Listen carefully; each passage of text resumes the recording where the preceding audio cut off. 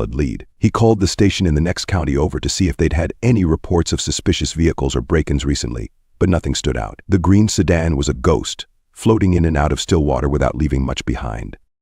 As the day wore on, the sheriff felt the pressure mounting. The town was growing restless, whispers and rumors spreading like wildfire. People were locking their doors at night, something they hadn't done in years. Fear had settled over Stillwater like a dark cloud. The sheriff knew he needed more than rumors and sightings, he needed answers. That evening, Jacobs drove home with a heavy heart. He sat on his porch with a glass of bourbon, staring out at the quiet street, his mind racing. Whoever had taken Clara was still out there, watching, waiting. The realization gnawed at him. This wasn't the kind of crime that happened in Stillwater. Someone had brought violence and fear to his town, and the sheriff couldn't shake the feeling that they weren't done yet. The following day, a grim discovery rattled the town to its core. It was just past noon when Deputy Riley received a frantic call from one of the local farmers, Dale Morris. His voice was shaky and barely controlled over the line. He had found something terrible near the edge of his property, just beyond the tree line. Sheriff Jacobs sped out to the Morris farm, his gut twisting with dread. When he arrived, Dale was pacing near the fence line, his face pale and his hands trembling. "I was out checking the cattle, like I do every morning," Dale explained, "and I saw something lying in the ditch. At first I thought it was a deer, maybe hit by a car or something, but it wasn't. Sheriff, you need to see for yourself." Jacobs followed Dale down a narrow dirt path leading to the edge of the woods. The trees cast long, dark shadows across the ground, and the air felt colder here. As they approached the ditch, the sheriff saw it a shape, partially covered by branches and leaves. His heart sank as he stepped closer. It was a body. The sheriff crouched down, carefully pushing aside the debris. The woman's clothes were torn, her skin pale and bruised. Her face was obscured by the mud and grime, but there was no mistaking it. This was Clara Roberts. Sheriff Jacobs felt a wave of nausea wash over him. The sight of her, lifeless and discarded like trash, filled him with anger and despair. This wasn't supposed to happen here, not in Stillwater. Jacobs called for backup, his voice steady despite the turmoil inside.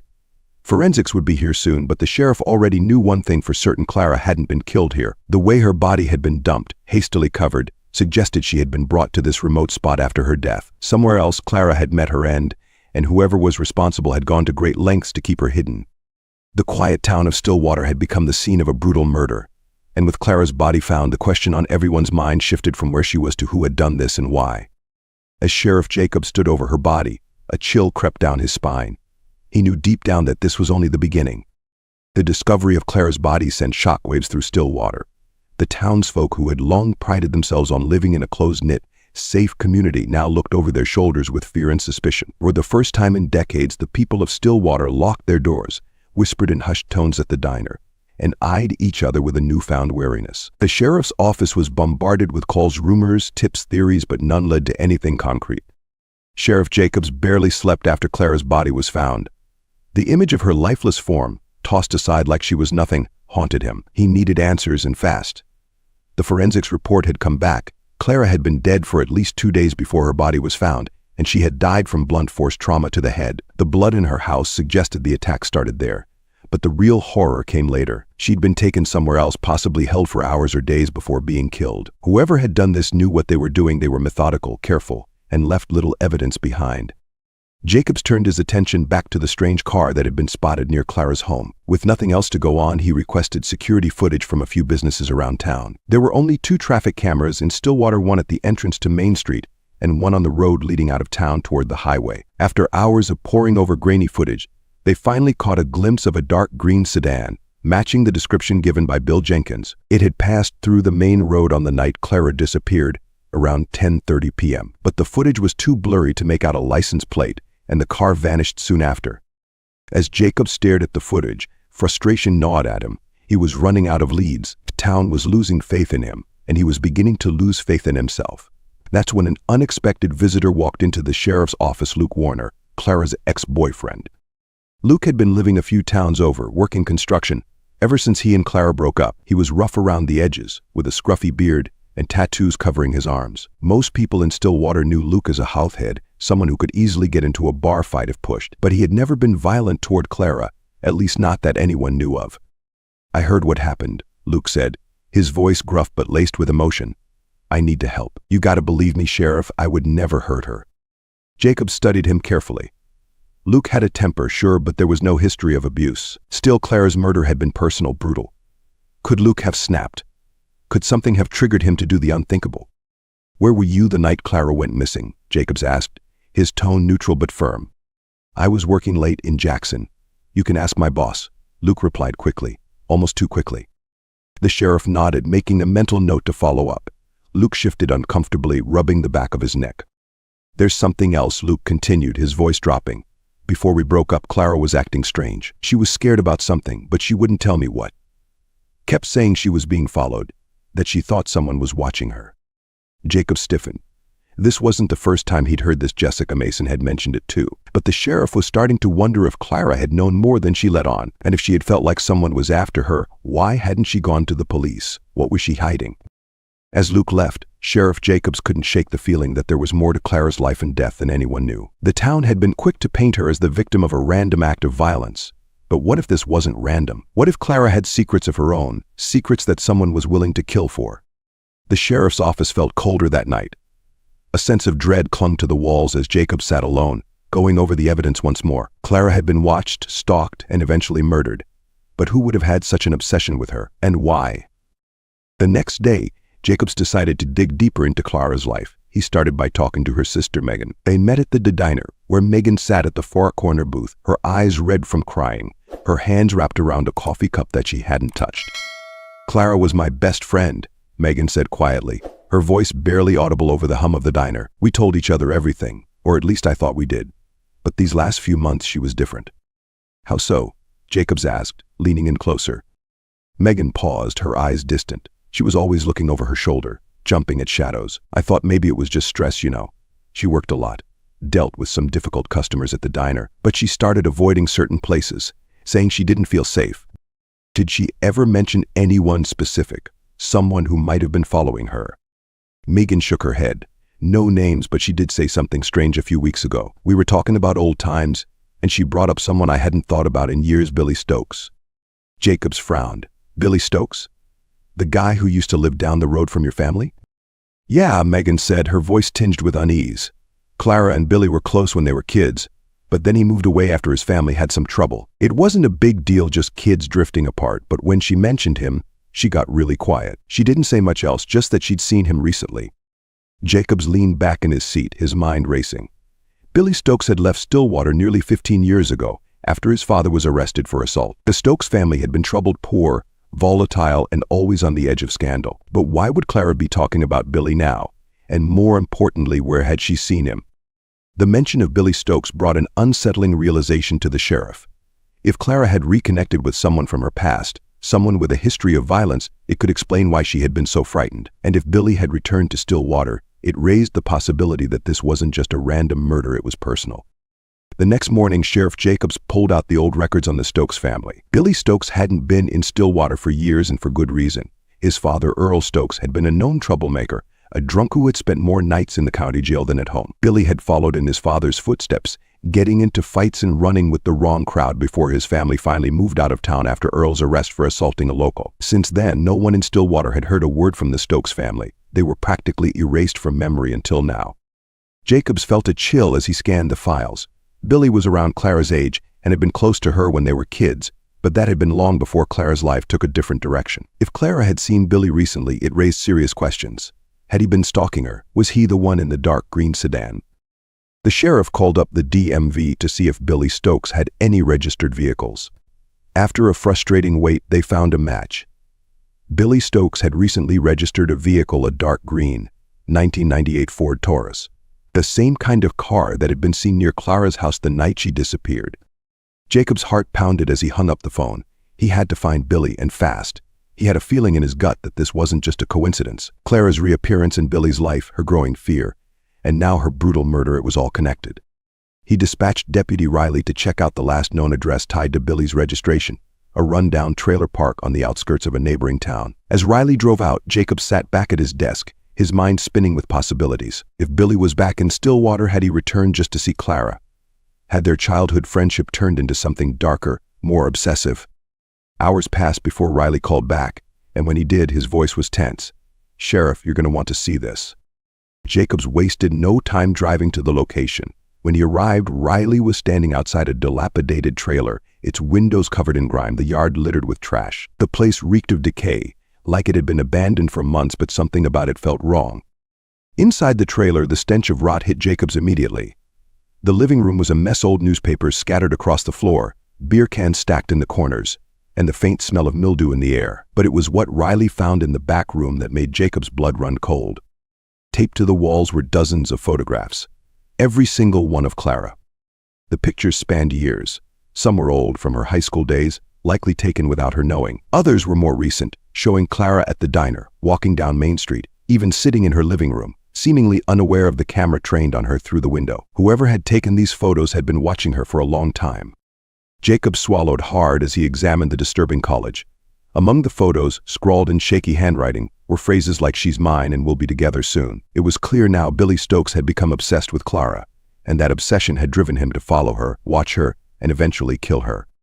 "Where's Billy?" Jacobs asked, his voice tight with urgency. "Neighbor said he hasn't been around for a few days," Riley answered, his eyes scanning the room with disgust. "But there's a car that matches the green sedan parked out back." Jacobs nodded grimly. Billy had likely skipped town after dumping Clara's body, but he couldn't have gone far. The sheriff put out a bolo, "Be on the lookout for Billy Stokes," describing him as dangerous and unstable. But as the sun set on another cold, anxious night in Stillwater, Jacobs knew that catching Billy was only half the battle. The real challenge would be understanding just how far Billy had descended into madness and what had finally pushed him to murder the woman he had once called a friend. For the next several days, the search for Billy Stokes consumed every waking moment of Sheriff Jacobs' time. The roadblocks were set up, deputies patrolled nearby towns, and Jacobs personally spoke to everyone who might have had any connection to Billy. Still, the man seemed to have vanished into thin air. As the manhunt continued, Jacobs' unease grew. The more he uncovered about Billy's recent behavior, the clearer it became that Clara's death wasn't just the result of a sudden outburst. It had been planned, maybe for years. Billy had been following Clara from the shadows, slipping in and out of her life, without her ever knowing the full extent of his obsession. Late one night, while poring over the evidence back at the station, Jacobs received a call that made his heart stop. It was Megan, Clara's sister. "He's here," she whispered, her voice shaking with fear. Jacobs bolted upright. "Megan, where are you?" "I'm at home," Megan said, her breath coming in quick gasps. "I looked outside and I saw him. Billy. He's sitting in his car down the street. I think he's watching the house." Jacobs grabbed his radio and shouted for backup, but his mind was racing ahead of him. Megan lived alone on the outskirts of town, isolated enough that it would take his deputies a few minutes to get there. It was a few minutes he didn't have. "I'm on my way," he said, already rushing out the door. As Jacobs sped through the dark, empty streets of Stillwater, adrenaline pumped through his veins. Billy had come back, and this time it wasn't Clara he was after. Was he there to tie up loose ends? Had Megan's connection to Clara put her next on his list? But when Jacobs arrived at Megan's house, he saw the car parked a short distance away, its headlights off, but the silhouette of a man visible behind the wheel. He drew his gun and approached cautiously, his footsteps silent on the gravel road. His heart pounded in his chest, every instinct telling him that Billy was armed and dangerous. Jacob signaled to Megan, who stood frozen on the porch, fear etched on her face. As he neared the car, he shouted, "Billy, step out of the vehicle with your hands where I can see them." But there was no response. The figure in the driver's seat didn't move. With his gun trained on the car, Jacobs edged closer, his flashlight piercing the darkness. As the beam of light fell across the driver's side window, Jacobs felt his blood turn to ice. Billy Stokes wasn't going anywhere. He was already dead. Slumped in the driver's seat, Billy's lifeless body was covered in blood, his face pale and his eyes wide open, staring blankly ahead. His throat had been slit, and from the looks of it, he had been dead for hours. Sheriff Jacobs stepped back, his mind racing. If Billy was dead, then someone else had killed him. Someone who had been even more deeply involved in this twisted web of obsession and murder than he had ever imagined. Sheriff Jacobs stood frozen beside the car, the beam from his flashlight flickering over Billy's lifeless body. His mind was a blur, struggling to piece together the chaos in front of him. Billy Stokes had been the prime suspect in Clara's murder. His obsession with her was undeniable, and all signs had pointed to him. But now Billy was dead, and the person responsible for his murder was still out there. But what's worse, they were likely the same person who had orchestrated the whole nightmare from the beginning. As Jacobs lowered his gun, the eerie silence around him felt suffocating. Megan stood trembling on the porch, her eyes locked on the car. He could see the questions swirling in her mind, questions he couldn't yet answer. "Megan," Jacob said, his voice low and calm, "I need you to go inside. Lock the doors. I'll stay here until my deputies arrive." Megan nodded, her face pale, and hurried back into the house. As Jacobs radioed for backup, his thoughts shifted to the chilling reality that someone had been playing them all along. Billy might have been obsessed with Clara, but someone had killed him to keep him quiet. Someone who had a much darker motive, and who had now silenced the one person who could have given the sheriff answers. The sound of approaching sirens echoed in the distance as Deputy Riley and 2 other deputies pulled up. Jacobs motioned for them to check the scene while he stood back, trying to process the magnitude of what had just unfolded. "Sheriff," Riley said after inspecting the car, "there's no sign of a struggle in the vehicle. It looks like Billy was sitting here, and someone came up and did this fast, clean-cut professional." Jacobs clenched his jaw. This wasn't just an impulsive act of revenge. This was methodical, calculated. Whoever killed Billy had done it deliberately, knowing that Billy was the only loose end that could unravel the mystery of Clara's death. "We need to canvass the area," Jacob said, his voice firm. "There's a killer out there, and they're cleaning up after themselves. I want to know if anyone saw something. Get the word out to the whole department. This just got a lot bigger." As the deputies fanned out to search the surrounding area, Jacobs took a deep breath, his mind racing. Everything had pointed to Billy as the prime suspect. But now that he was dead, Jacobs couldn't help but wonder if Billy had been set up from the start. Had someone manipulated his obsession with Clara, using him as a pawn to cover their tracks? And if so, who had the most to gain from keeping the truth buried? With the night growing colder, Jacobs decided to dig deeper into Clara's life.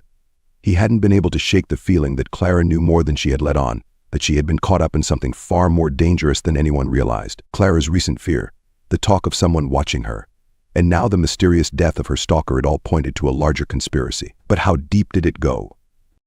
The next morning, as the town of Stillwater grappled with the news of Billy's murder, Jacob sat down with Clara's sister Megan again. This time he needed more than vague memories and suspicions. He needed hard answers. "Megan," Jacobs began as they sat in his office, "I need you to tell me everything you know about Clara's life, everything she might have been involved in. No detail is too small." Megan fidgeted nervously, her eyes darting around the room. "I already told you, Sheriff. Clara didn't have enemies. She wasn't into anything dangerous." Jacobs leaned forward, his gaze piercing. "I believe you. But I also believe Clara was scared of something, more than just Billy Stokes. I think she was in trouble, and she was hiding it from everyone, including you." Megan swallowed hard, her eyes welling with tears. She stared at her hands for a long moment before finally speaking. There was something," she whispered, her voice barely audible. "A few months ago, Clara mentioned a guy she met. She didn't say much, just that she'd started seeing someone new. But then, all of a sudden, she stopped talking about him. I figured it didn't work out, but she got really nervous after that. I think whoever he was, she didn't want to be with him anymore." Jacobs felt a chill settle over him. "Did she ever tell you his name?" Megan shook her head. "No, she just said he was charming at first, but then something changed. She wouldn't give me any details. I pressed her, but she kept saying she could handle it." Jacobs leaned back in his chair, the pieces slowly falling into place. Could this mysterious man have been the real threat? Someone who had wormed his way into Clara's life, only to become possessive and violent when she tried to pull away. And if Billy had been obsessed with Clara, could this man have used Billy's fixation to cover his own involvement?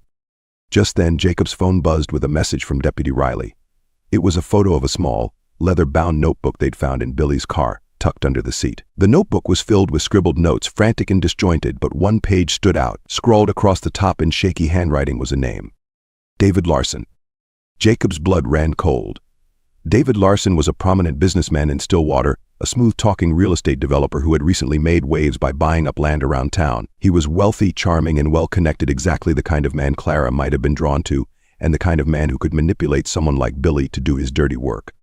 But Jacob stared at the name for a long time, his pulse quickening. If David Larson had been involved with Clara, and if he had used Billy to stalk and eventually cax to, David wasn't just any suspect. He was powerful, influential, and more dangerous than anyone in Stillwater had realized. But now, Jacobs had something to go on, and he wouldn't stop until he uncovered every dark secret that had been buried beneath the surface of this once peaceful town. As the sun set over Stillwater, Sheriff Jacobs knew the hunt for Clara's real killer had only just begun. Sheriff Jacobs didn't sleep that night. The revelation that David Larson could be involved in Clara's murder gnawed at him like a festering wound. Larson was well known in Stillwater, too well known. He owned half the businesses in town. held sway over local politics, and had the kind of charm that made people forget the rumors that occasionally swirled around him. But now Jacobs had a lead, a name in Billy's notebook that tied Larson directly to the case. The next morning, Jacobs decided to confront Larson. He wasn't going in with accusations. He knew better than to charge a man like David without concrete evidence, but he could feel him out, see how he reacted to the pressure. He drove to Larson's sprawling estate on the outskirts of town. The property was immaculate: white columns, manicured lawns, and a kind of pristine perfection that only money could buy. As Jacobs pulled up, Larson greeted him on the front steps, all smiles and politeness. "Sheriff Jacobs," he said with a casual grin, "to what do I owe the pleasure?" Jacobs kept his face neutral. "Just wanted to ask a few questions about a recent case. Mind if we talk inside?"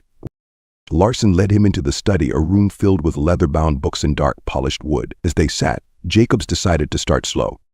"You knew Clara Roberts, right?" Jacobs asked, watching Larson closely. Larson nodded, his expression thoughtful. "Yes, I knew her. She was a nice girl, worked at the diner. What's this about?"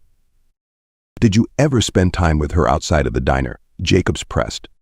Larson's eyes flickered for just a moment, a small tell, but his smile never faltered. "I ran into her a few times around town. Nothing serious. Why? Is something going on?" Jacobs leaned forward, his voice steady. "She's dead, David, murdered. I've been looking into her life, and your name came up in connection with someone we think was stalking her, Billy Stowe." Larson's smile vanished, replaced by a cold, calculating look. "Billy Stokes," he repeated, his tone carefully measured. "I don't know anything about that man." Jacobs nodded, expecting the denial. "Billy had a notebook. Your name was in it. He was obsessed with Clara, but someone else was pulling the strings. Now Billy's dead too. So I'm asking you straight, were you involved with Clara? And did things turn ugly when she tried to break it off?" Larson's eyes narrowed, and for the first time Jacobs saw the mask slip. "You're barking up the wrong tree, Sheriff," Larson said, his voice low and dangerous. "I had nothing to do with Clara's death, and if you think dragging my name through the mud will solve your problems, you're mistaken." But Jacobs wasn't backing down. "You can deny it all you want, but Clara was scared of someone, and I think that someone was you. Billy was obsessed, sure, but he wasn't smart enough to pull this off alone. You used him, didn't you? Played on his obsession, made him do the dirty work." Larson stood abruptly, his face twisting into a sneer. "I'd watch what you're saying, Sheriff. I've got friends in this town, people who won't take kindly to you trying to frame me for something I didn't do." Jacobs didn't flinch. "We'll see about that." He left Larson's estate with the unsettling feeling that he had just poked a hornet's nest. Bill Larson was dangerous, but Jacobs wasn't walking away. He needed more, something that would make it impossible for Larson to weasel out of this. And if he was going to take down a man like David Larson, he had to do it right. For the next few days, Jacobs focused on finding the evidence that would bring David Larson down. He scoured through Billy's life, trying to trace the connection between him and Larson. What he found was subtle, but damning: financial transactions linking Billy to one of Larson's companies, payments that had been made over the past year. It wasn't much, but it was enough to suggest that Billy had been on Larson's payroll. Jacobs knew he needed more. He needed someone inside Larson's world, someone who could give him the final piece of the puzzle. That's when he thought of Megan. He met with her at the sheriff's office, laying out what he had discovered. Megan was hesitant at first, but when Jacobs explained how Larson had likely manipulated Billy and had a hand in her sister's murder, she agreed to help. Together they devised a plan to lure Larson into revealing his guilt. The plan was risky. Megan, who Larson didn't know well, would pretend to seek answers about her sister's death, suggesting she had found evidence that linked him to Clara. Jacobs hoped that Larson, feeling the walls closing in, would make a mistake, say something incriminating, or worse, try to silence Megan as he had silenced Billy. That night, Megan met with Larson at a local bar, her demeanor calm but her words carefully calculated. As they talked, Jacobs and his deputies listened from an unmarked van parked nearby, recording every word. At first, Larson was cautious, dismissing Megan's concerns with practiced ease. But as she pressed him, mentioning the payments to Billy and hinting that she had uncovered more, Larson's temper flared. "But you don't know what you're getting into," Larson snapped, his voice dropping to a venomous whisper. "Well, your sister didn't know when to leave well enough alone either. She made things difficult. That's why she's dead, Megan. You want to end up like her." There it was, the confession. Jacobs and his deputies stormed the bar moments later, arresting Larson before he could react. As they slapped the cuffs on him, Larson sneered at Jacobs. "You think this is over," he growled. "You'll never pin it all on me." But Jacobs had him now. The confession, the financial ties to Billy, and the mountain of evidence linking him to Clara's death would be enough to convict him. Larson might have thought he was untouchable, but his arrogance had finally caught up with him.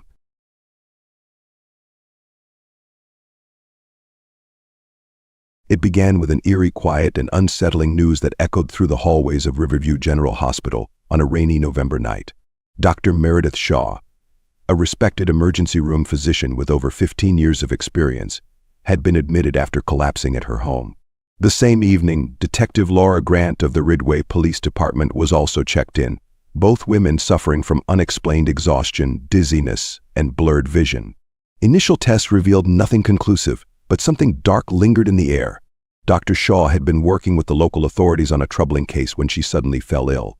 Detective Grant, similarly affected, had been investigating reports that came through the station stemming from odd complaints surrounding the nearby railway station. The complaints first came in sporadically but increased in frequency over the past few weeks. Residents mentioned the unsettling behavior of a particular truck driver seen around the station at odd hours, ignoring radio dispatches from the railway team and circling the area late at night. Those who lodged the complaints were ignored initially. To the dispatcher and some lower-ranking officers, it was the kind of minor annoyance that didn't require serious attention. But as the complaints grew, hinting at strange patterns around areas known for recent child disappearances, the attention of the department's child protection unit was inevitably piqued. Detective Grant, a diligent and tenacious officer known for her relentless pursuit of justice, took it upon herself to investigate. She spent several hours on shifts around the station, watching, observing, and noting the peculiarities in the behavior of this driver, a man identified as Douglas Heller, who was recorded as operating under an expired license. It was Grant's dedication to detail that first connected Heller to reports that weren't initially linked to him.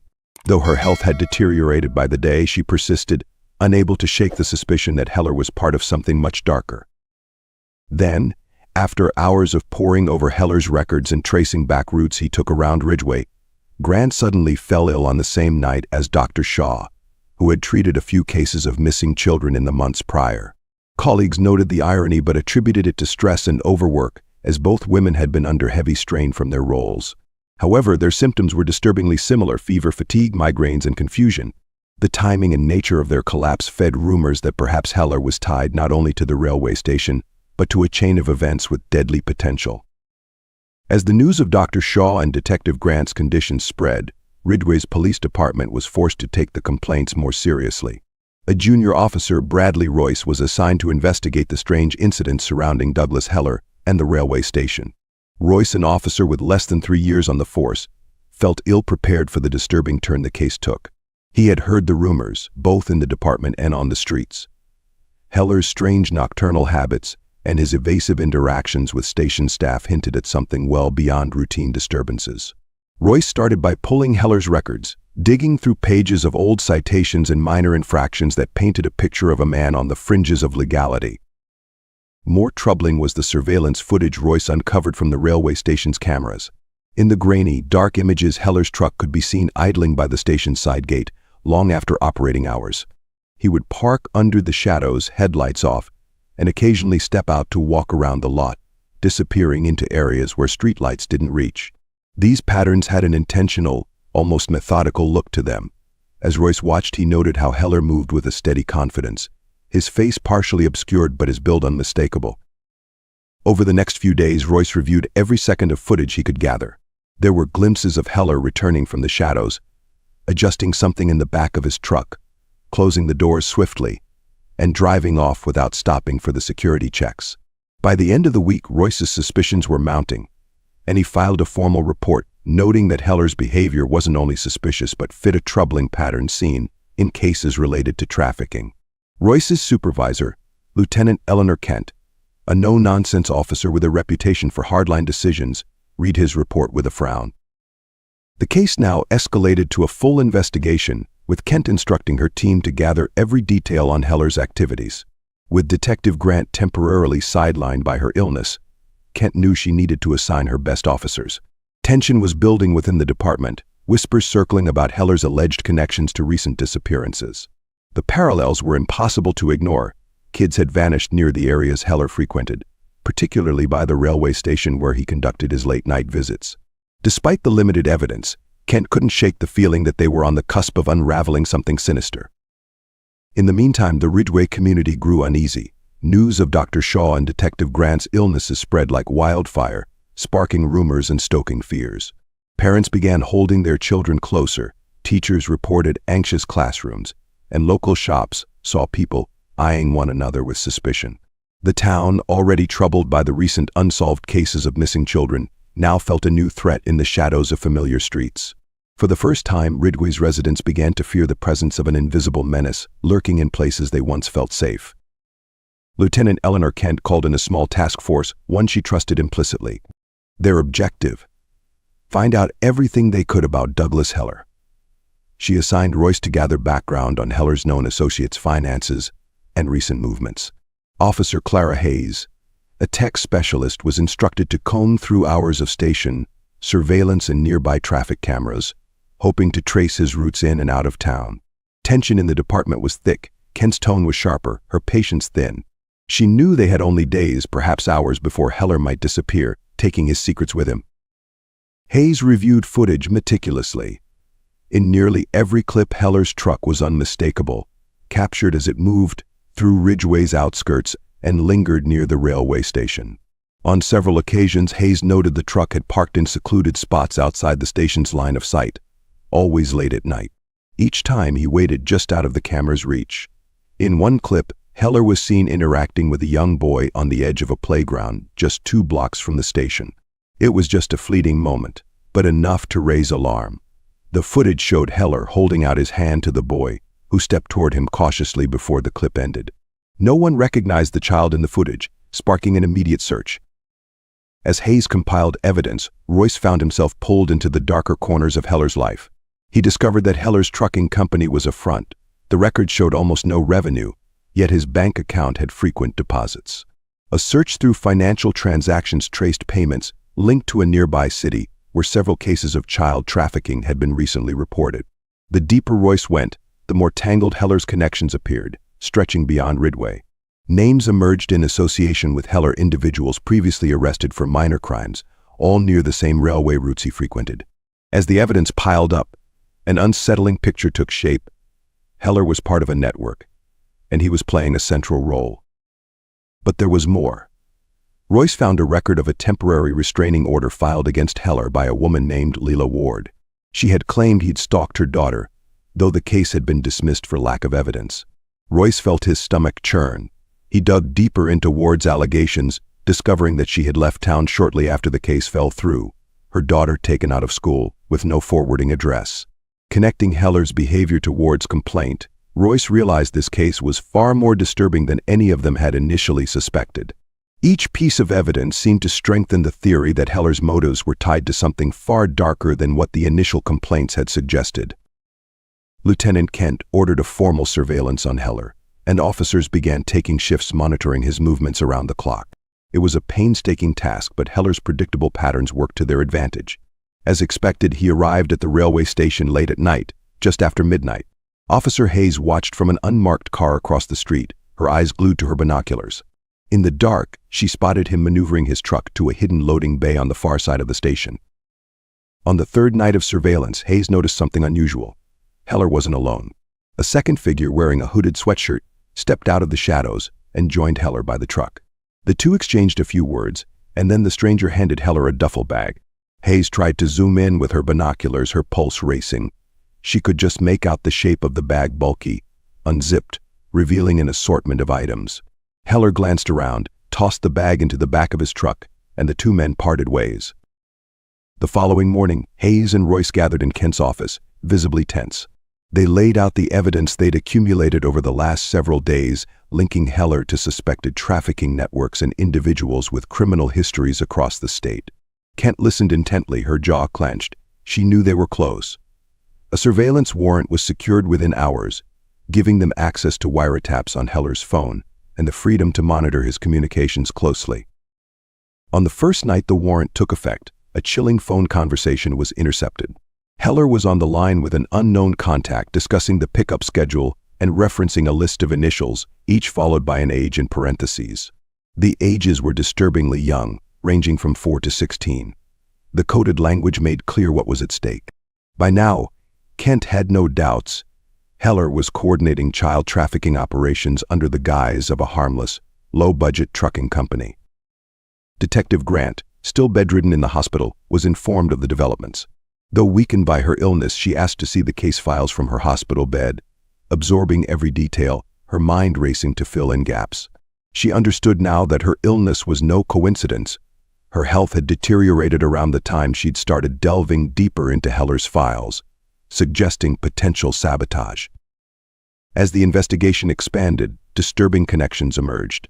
Royce's research showed that Heller's truck routes linked him to several cities with recent, unsolved child disappearances. Digging through the phone records obtained under the warrant, Hayes identified burner numbers tied to known traffickers, each of whom had a history of brief but notable detentions. Heller was always careful to keep his distance, but the phone records painted a clear picture he was coordinating with individuals all over the region. His calls, cryptic and brief, frequently referenced cargo and schedules that matched missing children reports filed over the past year. Meanwhile, Lieutenant Kent put extra officers on watch at Ridgway's main public areas. They kept tabs on playgrounds, schools, and the parks Heller had frequented, but he seemed to vanish from public view. Days stretched into tense, sleepless nights, and the community grew increasingly restless as word spread that the police were investigating a possible child trafficking ring. Parents began pulling their children from schools, and public officials pressured the department for answers. One breakthrough came when Hayes managed to track Heller's truck to an abandoned warehouse on the outskirts of Ridgway, a dilapidated structure that had been shuttered for years. Surveillance showed that he visited the site multiple times, often at dawn or in the dead of night, his truck always loaded with goods.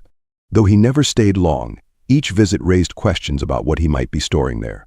Kent ordered a stakeout of the location, assigning Royce and Hayes to monitor any activity, hoping it might finally yield something concrete. Under the cover of darkness, Royce and Hayes watched as Heller's truck pulled up to the warehouse. Another vehicle, a dark SUV, was already parked there, its lights off, hidden partially by the brush surrounding the lot. Heller exited his truck and walked over to the SUV, where two shadowy figures emerged to meet him. The three spoke briefly, glancing around as if verifying they hadn't been followed. Then, in one swift move, Heller opened the back of his truck, and one of the figures from the SUV pulled out a small, shivering child, ushering them swiftly into the warehouse. The sight made Royce's blood run cold. Hayes managed to snap a few blurry photos through the binoculars documenting the exchange. The pair watched in silent horror as Heller and his associates disappeared into the building, the heavy metal door slamming shut behind them. They waited, tense and unable to intervene without backup. Within minutes, Heller re-emerged alone, closing the truck, and drove off into the night. Hayes immediately radioed for reinforcement, but by the time additional units arrived, the SUV and its occupants had disappeared. The evidence gathered that night was enough to apply for a full-scale raid. Lieutenant Kent moved swiftly, coordinating with the district attorney's office to secure the necessary warrants, her resolve hardened by the grim reality of what they were dealing with. Every officer involved felt the weight of the case pressing down on them, their determination now driven by the faces of the vulnerable children, whose lives hung in the balance. The following evening, an operation was set into motion. At precisely 3 a.m., teams assembled around the abandoned warehouse under cover of night. Lieutenant Kent briefed her officers, her voice unwavering. She made it clear they were to proceed with caution, but no child was to be left behind. The raid would be risky, but every second counted. Officers wore body armor, and a SWAT team positioned itself at the rear entrance, while another squad took positions along the perimeter, blocking potential escape routes. Kent herself led the team breaching the front entrance. When the signal was given, the officers moved in. The doors were rammed open, and the team poured into the darkness of the warehouse. Flashlights illuminated a scene of unimaginable horror, a makeshift holding area, partitioned off by cheap plywood walls, with several small, dimly lit rooms inside. In each they found children, huddled together, wide-eyed and terrified, many of them visibly malnourished. The youngest couldn't have been more than 5 years old, while the oldest looked around 16. In a back room, Officer Hayes discovered files scattered across a desk, hastily abandoned, as if whoever was in charge had left in a hurry. Royce searched through the documents, horrified to find detailed records of names, ages, and transportation schedules. Each line represented a child who had been trafficked, coded to conceal the identities of the buyers and handlers, but unmistakably damning evidence. But Douglas Heller was nowhere to be found.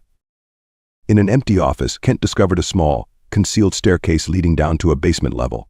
She and a small team descended, their flashlights casting eerie shadows along the narrow, damp hallway. At the far end, a locked door stood, slightly ajar. Inside, Kent found yet more disturbing evidence, a hidden stash of items that included small clothing, children's toys, and documents that hinted at Heller's broader network. On the wall, pinned behind a loose panel, they discovered maps, routes connecting Ridgeway to other major cities across the Midwest and East Coast, as if Heller and his accomplices had charted their own underground trafficking route. The children were safely evacuated, taken to local hospitals for immediate care. Some were too weak to speak, others too traumatized to recall what had happened. As the hours passed, Kent's team gathered everything they could from the site, scouring every inch for clues to Heller's whereabouts. Royce and Hayes, numb from the shock of what they had witnessed, lingered at the scene, desperate to find a lead. It was as if Heller had vanished without a trace, leaving behind nothing but the remnants of his horrific crimes. The officers' relief at rescuing the children was clouded by the bitter knowledge that Heller was still out there, free to continue his operations. Though they had managed to dismantle part of his operation, the mastermind remained at large. In the days following the raid, Ridgeway Police Department worked around the clock to track down Douglas Heller. The media quickly caught wind of the story, broadcasting details of the raid, the rescued children, and the horrifying discoveries made at the warehouse. Local and federal agencies joined the manhunt, pooling resources in hopes of catching Heller before he could disappear for good.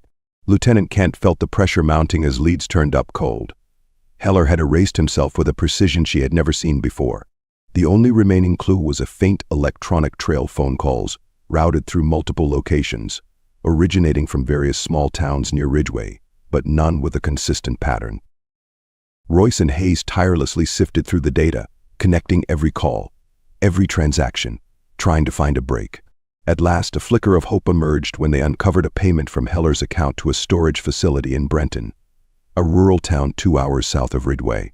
The transaction had been flagged as unusual due to its frequency. Heller had been paying the facility in cash every month for nearly 3 years. Hayes, suspecting the payment history might conceal records or assets critical to his operation, knew this might be their only shot at locating him. Lieutenant Kent ordered Royce and Hayes to drive down to Brenton and inspect the storage unit, cautioning them to proceed carefully. They arrived at the facility at dawn, greeted by rows of decrepit storage units shrouded in fog. The manager, a grizzled old man, confirmed that Heller rented Unit 47, a large, isolated compartment in the far corner of the lot. Royce and Hayes approached the unit, their nerves taut. With a deep breath, Royce slid the key the manager had provided into the lock, and they rolled up the metal door. Inside, the unit was stark and cold, stacked with wooden crates and plastic tubs, all meticulously labeled. Royce opened the nearest crate and felt his stomach churn. Inside were bundles of documents, photos of children, and lists of personal information. There were names, ages, medical histories, even school schedules, an entire catalog of data that painted a haunting picture of Heller's operation. In the far corner, Hayes discovered a small desk with a laptop, still powered on but requiring a password. Frustrated, she moved aside a stack of files, her hand brushing against something metallic. Beneath the papers lay a handgun and a set of keys. Hayes pocketed the keys, hoping they might unlock more doors to Heller's operation. Then, as she sifted through more files, she found something even more disturbing, a meticulously drawn map with several marked locations, connecting Ridgeway and Brenton to other towns across the state. Each mark corresponded to cases of missing children, some dating back over 5 years. It was Royce who spotted the surveillance camera in the upper corner of the unit, disguised within the ceiling structure. Hayes took photos of everything, capturing every damning piece of evidence. They gathered as much as they could, aware that time was running short, and that Heller could be watching. When they finally left, their minds were reeling. Heller's network was more extensive, his operation more insidious than they had dared to imagine. And now he knew they were closing in. As the evidence from the storage unit filtered back to the Ridgeway Police Department, Lieutenant Kent and her team pored over every detail, assembling a comprehensive profile of Heller's network. They discovered that Heller used the storage facility as a hub, switching between aliases and burner phones to stay one step ahead. The intelligence unit was able to pinpoint one last cell phone location, a motel on the outskirts of Brenton. It was a slim lead, but they couldn't afford to ignore it. Kent ordered an immediate dispatch to the motel, coordinating a team that included local officers from Brenton. With the address secured, they approached cautiously, fully aware that Heller could be armed and desperate. Royce and Hayes joined the operation, adrenaline coursing through them as they waited in the darkness surrounding the building, watching the flickering lights of the shabby motel. They had seen Heller's capacity for evasion, and they knew he would put up a fight if cornered. Kent, leading from a nearby unmarked car, signaled her team. They moved in swiftly, surrounding the room. Royce reached the door first, pressing his ear against the wood. He could hear faint rustling inside, the unmistakable sounds of hurried movement. He nodded to Kent, who motioned for the team to prepare for a forced entry. When they broke down the door, the room was empty, except for the remnants of Heller's escape. Clothes were scattered across the floor, along with an open suitcase and a burner phone left on the bed. A half-open window at the back of the room showed their worst fear. Heller had slipped out, escaping into the night moments before they arrived. In a flash, Royce and Hayes ran to the window, scanning the area outside. The alley was deserted, but Royce noticed a set of fresh tire tracks in the dirt. A vehicle had pulled away recently, likely moments before they arrived. Kent ordered a search of the surrounding area, but the darkness and Heller's head start gave him the advantage. The disappointment weighed heavily on the team. They had come agonizingly close, only for Heller to slip through their fingers once more. Back at the station, Lieutenant Kent reviewed the evidence again, combing through every detail to understand where he might go next. The map they found in the storage unit listed 3 more towns, all with connections to Heller's network. Kent ordered undercover officers to monitor these locations, hoping to catch him as he moved between safe houses. Every officer in the department felt the urgency now. They weren't just hunting a fugitive, they were dismantling a nightmare that had haunted Ridgeway for far too long. The night dragged on, and the officers, though exhausted, pressed forward. They knew that every minute they spent in pursuit was a chance to finally put an end to Heller's reign of terror. And somewhere out there, Heller was hiding, aware that the walls were closing in. Days stretched into a tense, all-consuming hunt as Ridgeway police, supported by federal agents, tracked every lead, determined to bring Douglas Heller to justice. Despite his head start, Heller's options were dwindling. Surveillance on known associates, wiretaps, and close monitoring of transportation hubs indicated he was likely still within state lines. Royce and Hayes, running on little sleep, were relentless in their pursuit, piecing together the scattered remnants of Heller's network. Finally, a breakthrough came when a convenience store clerk in Ravens Peak, a small, isolated town on the map they'd found in Heller's storage unit, recognized Heller's face from news reports. The man had bought supplies, non-perishables, bottled water, a burner phone just days earlier, leaving in an old gray van. Hayes traced the phone, and the signal pinged in a secluded wooded area on the outskirts of town. The location was remote, but it aligned with an old cabin that hadn't been occupied for years. This was it. With a tactical team assembled, Lieutenant Kent planned the raid meticulously. They couldn't afford another narrow miss. She briefed the team to approach with absolute caution. Heller was not only desperate but had demonstrated an uncanny ability to slip through their grasp. At dawn, the team moved into position, surrounding the cabin, their breaths visible in the crisp morning air. Royce spotted the gray van parked behind the cabin, half covered with branches. Kent signaled, and the team advanced, silent and efficient, positioning themselves to block all exits. She nodded at Royce, who moved to the door, his hand steady as he held his weapon, listening for any movement within. With a swift motion, the door was breached, and the team swept into the cabin. The rooms were dark, filled with the musty smell of abandonment, but the signs of recent occupation were unmistakable. In the main room, they found Heller hunched over a table, staring at a map covered in frantic markings. When he saw the officers, he bolted toward a back room, but his escape route was cut off by Hayes and Royce. In that instant, Heller seemed to realize he was out of options. Royce moved in, restraining him as he muttered incoherently, still clutching the map in his hand. The officers quickly secured him, the weight of the months-long pursuit lifting as they finally apprehended their fugitive. The arrest of Douglas Heller sent shockwaves through Ridgeway and beyond, as the full extent of his crimes came to light. His network, a sprawling web that crossed state lines, had been responsible for trafficking vulnerable children for nearly a decade. The evidence gathered from the warehouse, the storage unit, and his cabin provided a damning case. Heller was charged with an array of crimes, from kidnapping and trafficking to conspiracy and child endangerment. The community, once gripped by fear, now watched with a mix of horror and relief as justice began its course. The rescued children, after receiving medical attention and psychological support, began the slow process of healing. In the aftermath of the raid, Lieutenant Kent spearheaded initiatives to protect children in Ridgway, advocating for policies that would ensure better monitoring of transport operators and establishing a dedicated team to investigate cases of trafficking. Her determination to protect the vulnerable inspired the entire department, cementing her legacy as a relentless advocate for justice. For Royce and Hayes, the case left a lasting impression. The long hours and grim discoveries had taken their toll, but both officers knew they had played a role in dismantling one of the most horrific operations the town had ever seen. They returned to their work with a renewed sense of purpose, determined to prevent anything like Heller's network from ever taking root again.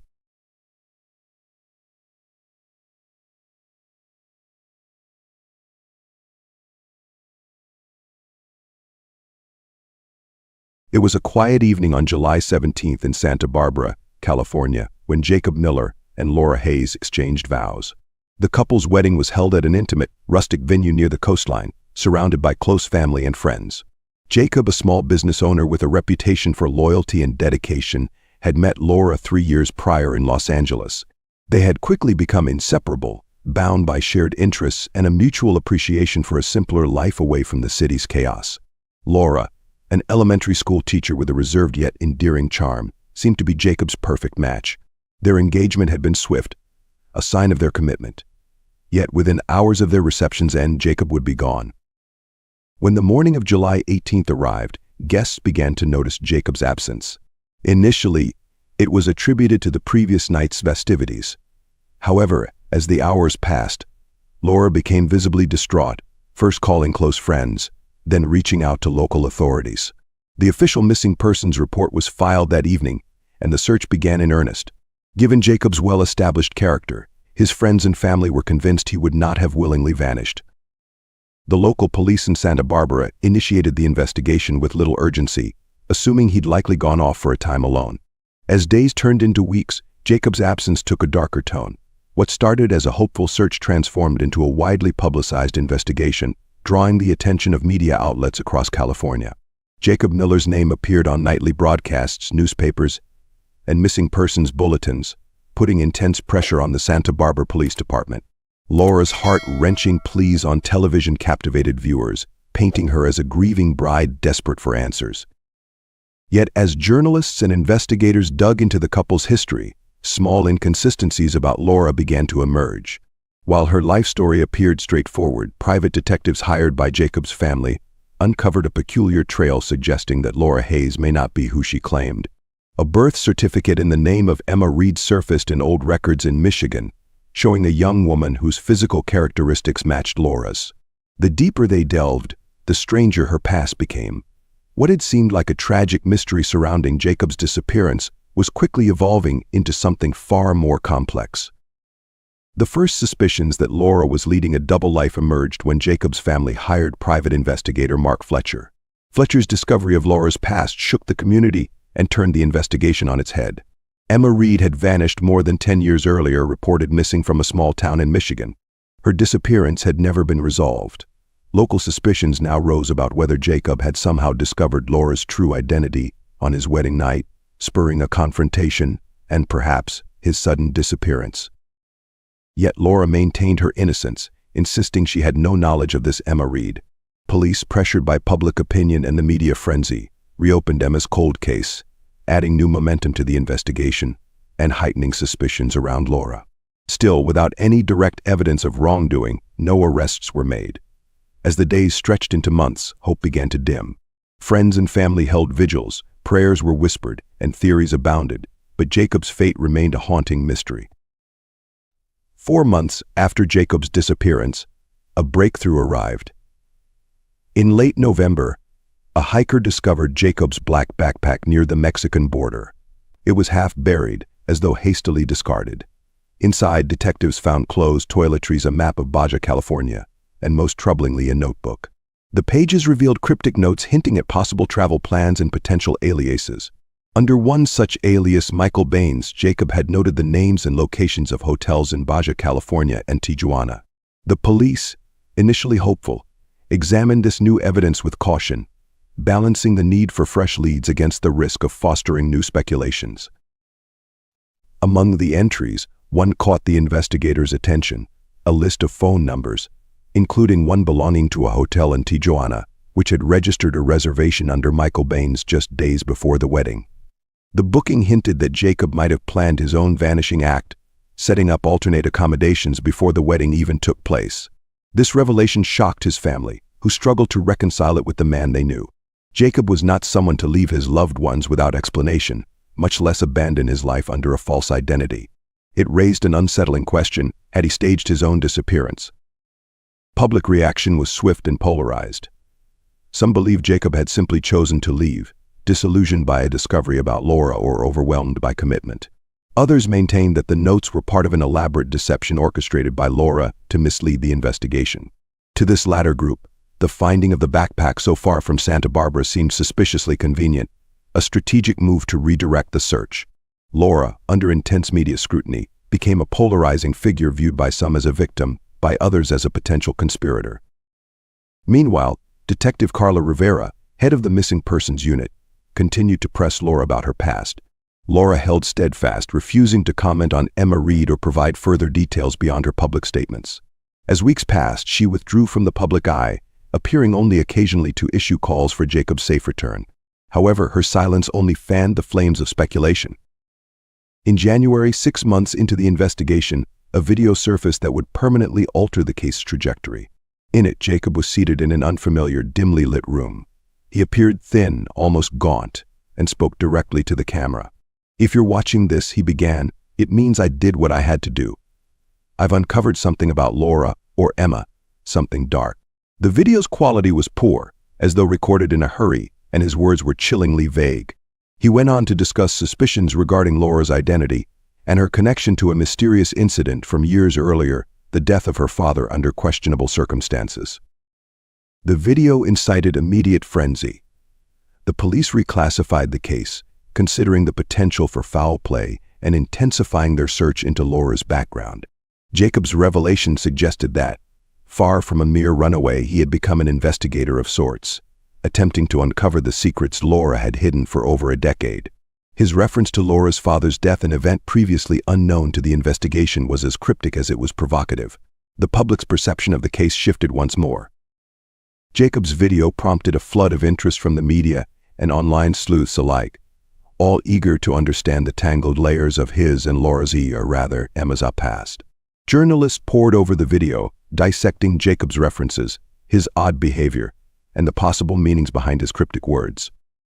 Almost immediately, investigative reporters connected Laura, or Emma, to the unresolved 2003 death of Gerald Reed, her father. Gerald Reed had been a respected accountant in Grand Rapids, Michigan, known for his dedication to family and career. He was found dead in his study, the victim of an apparent overdose of prescription medication.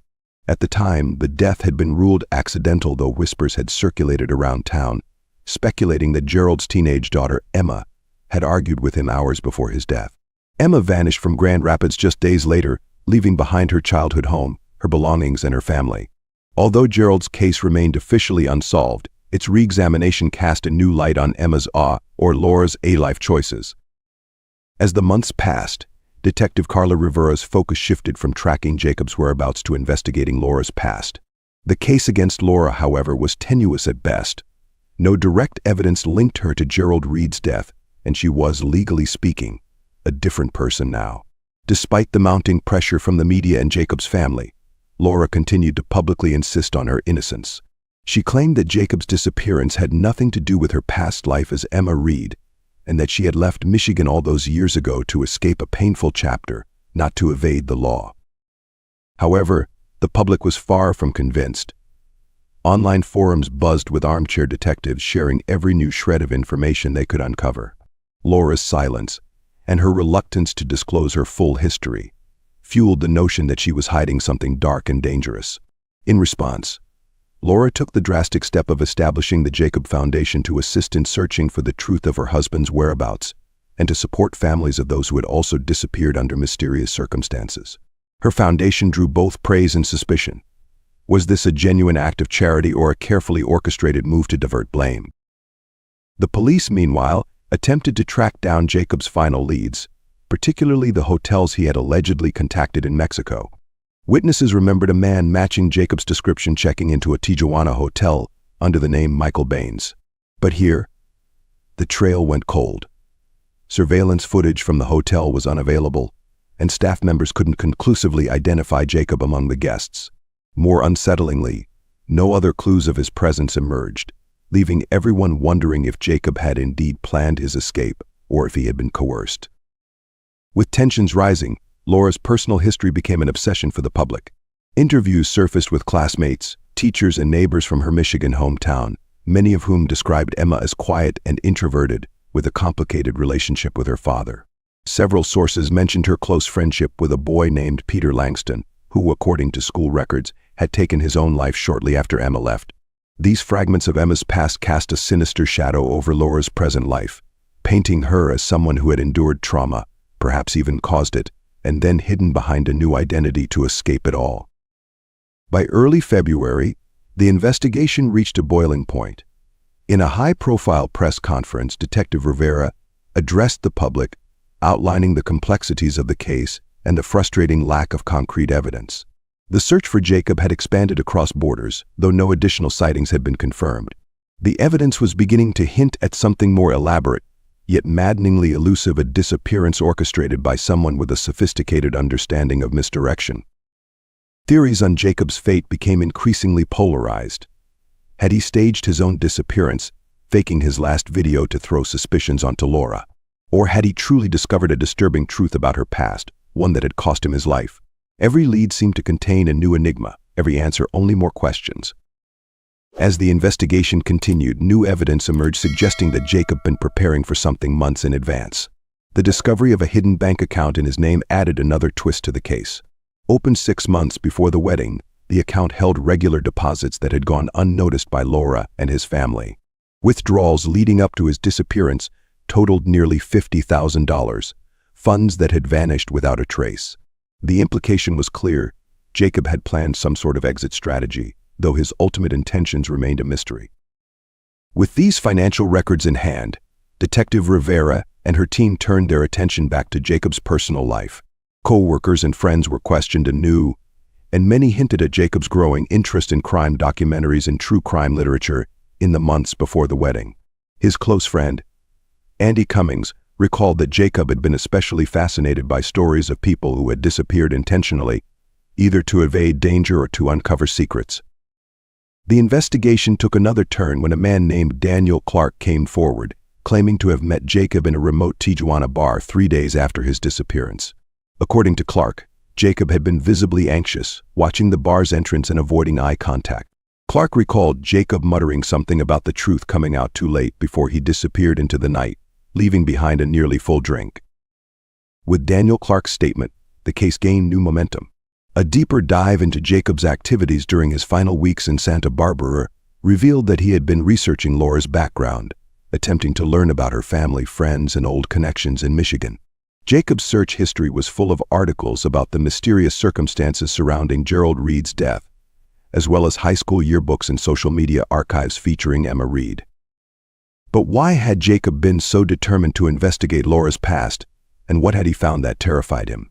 The investigation into Jacob's finances and digital footprint suggested that he had stumbled upon something unsettling, something that had propelled him into a world of secrecy and danger. But without Jacob to confirm his intentions, the true scope of his findings remained speculative. Meanwhile, the media's relentless coverage and public interest in Laura's past had turned her life into a spectacle. She avoided going outside, and her home became a fortress, regularly patrolled by hired security guards. Friends and acquaintances distanced themselves, unsure of how to reconcile the Laura they knew with the Emma Reed of Michigan. Laura's own family, deeply embarrassed by the scrutiny, avoided speaking to the press, leaving her isolated and defensive. As the case drew into its 9th month, the narrative of Jacob Miller's disappearance had evolved into a full-blown mystery of love, betrayal, and suspicion. In the absence of a concrete resolution, the theories grew wilder, and the community grew more polarized in their opinions of both Jacob and Laura. The constant attention took a visible toll on Laura, and soon she stopped speaking to the press entirely, letting the Jacob Foundation's representatives handle public relations. but the foundations of her facade were beginning to crack. As she retreated from the public eye, Jacob's video continued to haunt the investigation, a message from a man who had vanished with knowledge that could either damn or absolve her. And while the world waited for answers, a creeping sense of dread settled over Santa Barbara. Perhaps this mystery would remain unsolved, its secrets buried with the man who had dared to unearth them. As the anniversary of Jacob's disappearance approached, media interest in the case reached a fever pitch. News outlets ran retrospectives on the investigation, and online communities devoted to the mystery were abuzz with new theories.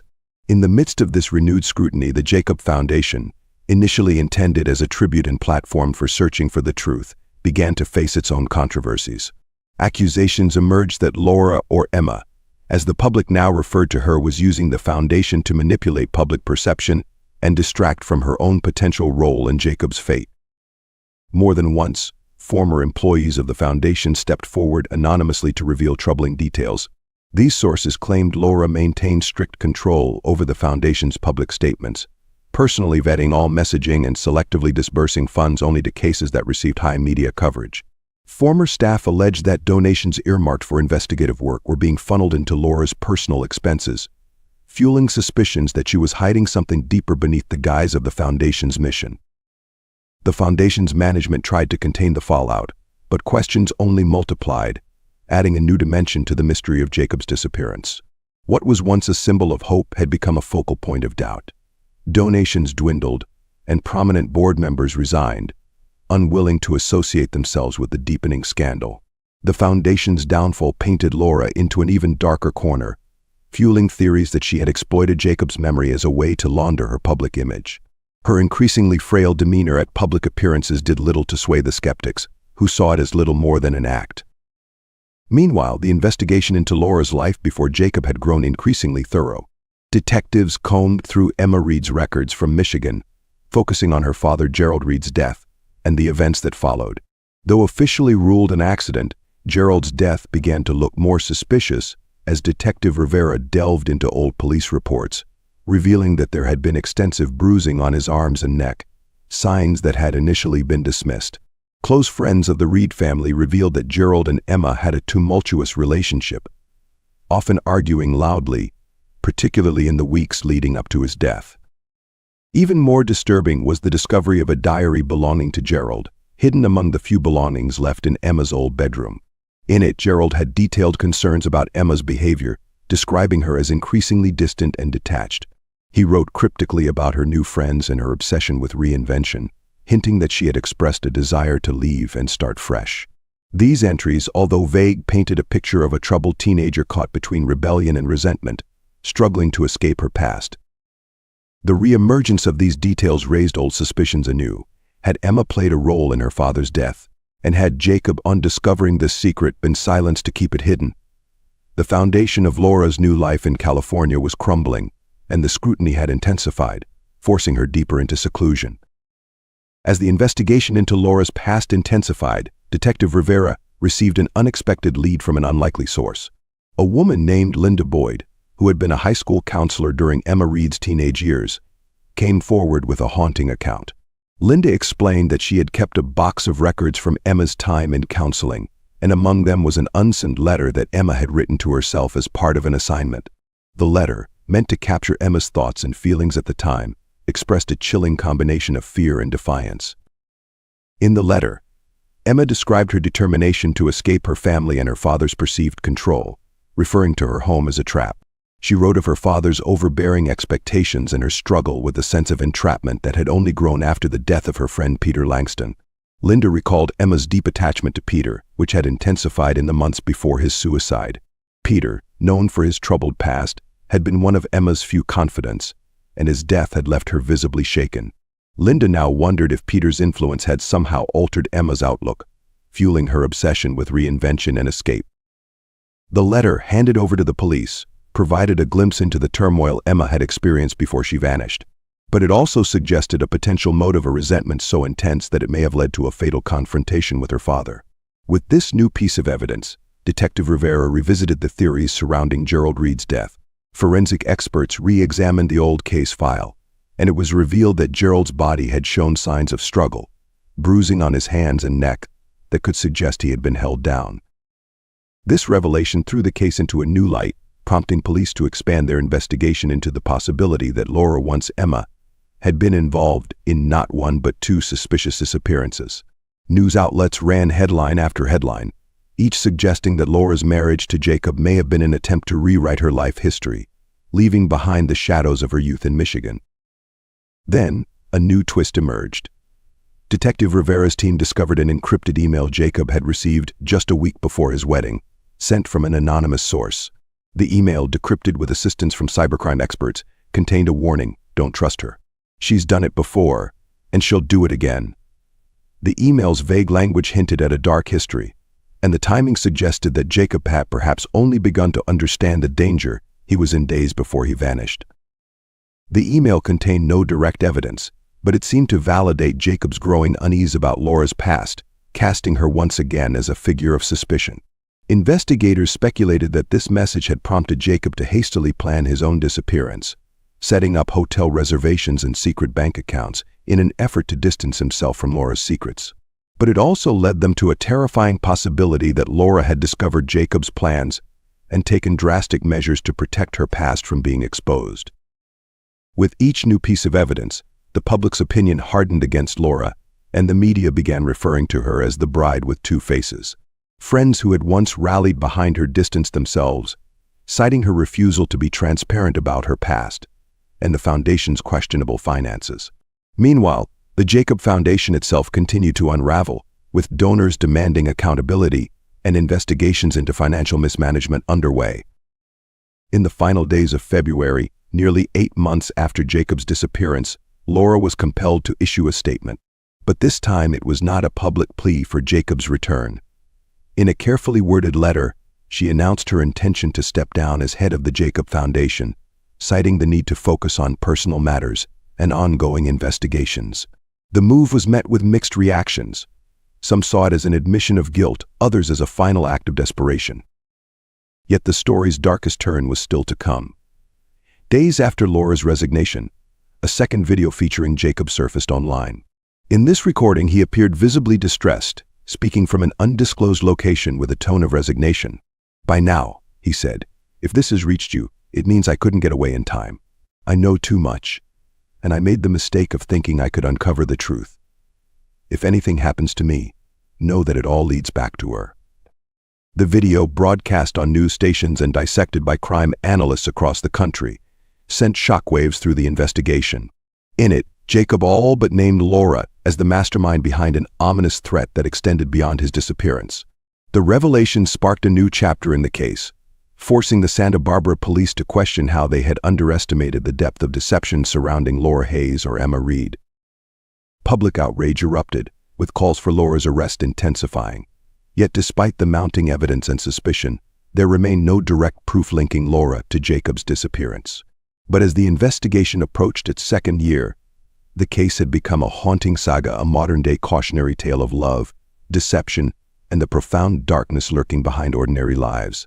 The investigation was far from over, and with each new revelation, the story of Jacob and Laura twisted further into a mystery that defied simple answers. After the second video aired, public pressure mounted for the police to make an arrest. Laura Hayes, or Emma Reed, had become a figure of national intrigue, her face splashed across news channels, her motives debated by the public.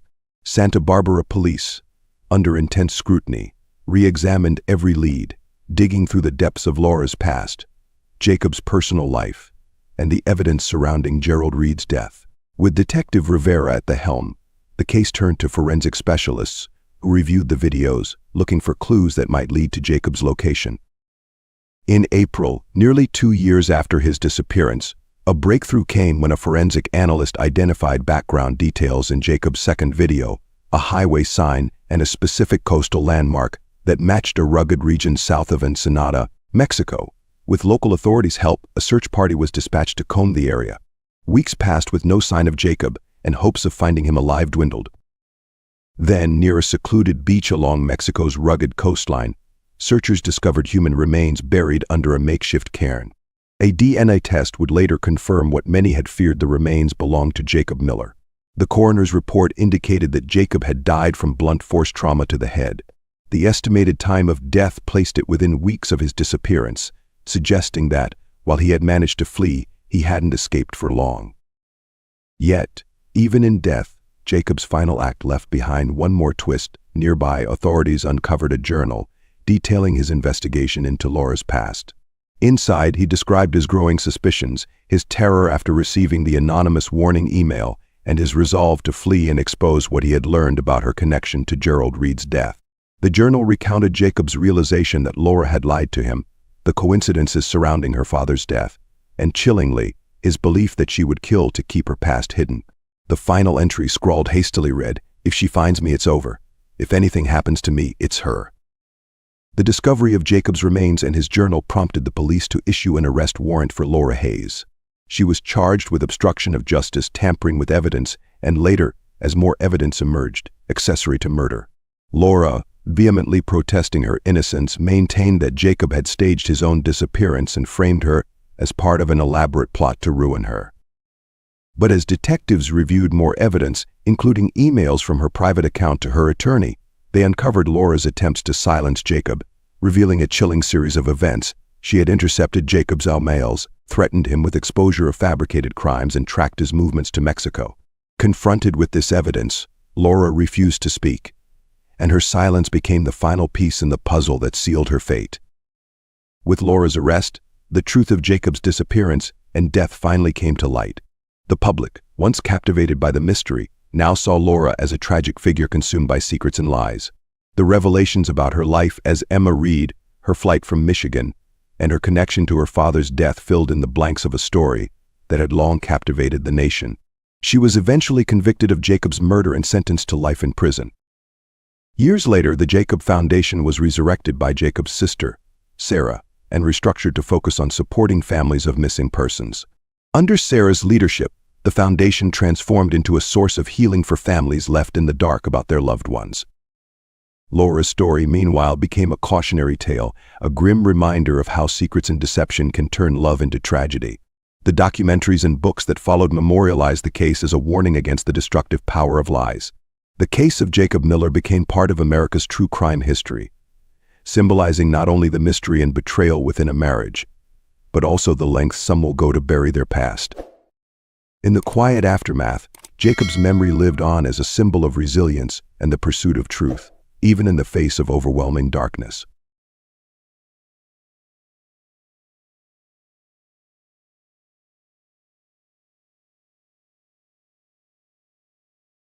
In 2007, the quiet town of Woodford, Pennsylvania, was a place where everyone knew each other. Nestled in the rolling hills with a population just above 4,000, life in Woodford was uneventful, defined by routine and predictability. But on a cold October morning, the town's tranquility was shattered when the body of 19-year-old Evan Ridger was discovered deep in the woods, just outside the town's borders. Evan's death shocked the community, especially since it happened only 2 days after his highly controversial wedding to Margaret Lawrence, a 55-year-old widow. Their union had raised eyebrows across Woodford. Margaret, a well-known figure in town, had lived alone for years in a large, aging house on the outskirts. She had known Evan since he was a child, which only deepened the local gossip when their engagement was announced months earlier. Yet despite the whispers, no one could have predicted the dark turn of events that followed their wedding. The discovery of Evan's body in the woods painted a gruesome picture. He had been strangled, and multiple lacerations crisscrossed his arms and torso. A strangulation cord still lay near the scene, partially concealed by fallen leaves. The cause of death was clear, but the motive was a mystery, one that the local authorities would soon be tasked with unraveling. Sheriff Daniel Carson, a man of methodical nature and old-fashioned values, led the investigation with his right-hand man, Detective Thomas Henderson, a sharp, instinct-driven investigator with a reputation for seeing past the obvious. Their first priority was to understand the final hours of Evan Ridger's life. Why had the young man been found dead so soon after what was supposed to be a new chapter in his life? And why in such a brutal fashion? The investigation began with Margaret Lawrence, given her proximity to Evan's final moments. She claimed she had gone to bed early the night before Evan disappeared, citing exhaustion from the wedding festivities. Calm and composed, Margaret gave nothing away in her statement, her demeanor betraying no sign of guilt or distress. To some, her tranquility was a sign of strength. To Detective Henderson, it was the first red flag. Rumors and suspicion soon spread like wildfire through Woodford. The close-knit community, already uneasy with Evan and Margaret's marriage, was now gripped by fear. As Sheriff Carson and Henderson pieced together the timeline of Evan's last hours, the list of suspects began to grow. Friends, acquaintances, and even those with mere tangential connections to Evan were questioned. What quickly became apparent was that Evan's life beneath the surface had been far more complicated than anyone had known. One name kept resurfacing during the interviews: Henry Williams. Henry, a childhood friend of Evan's, had been acting strangely in recent weeks, according to several townspeople. His alibi was flimsy at best, and when police searched his garage, they made a startling discovery: a length of rope, stained with blood, that matched Evan's, hidden behind a stack of old boxes. The evidence was damning, and Henry was immediately taken into custody. The town breathed a collective sigh of relief, believing the case to be all but closed.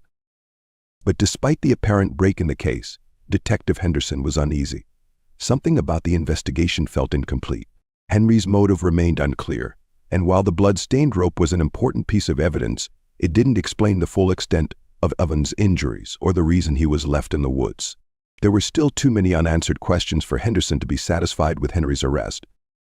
As Sheriff Carson pushed for a quick resolution, Detective Henderson kept digging, convinced that the truth was more elusive than it appeared.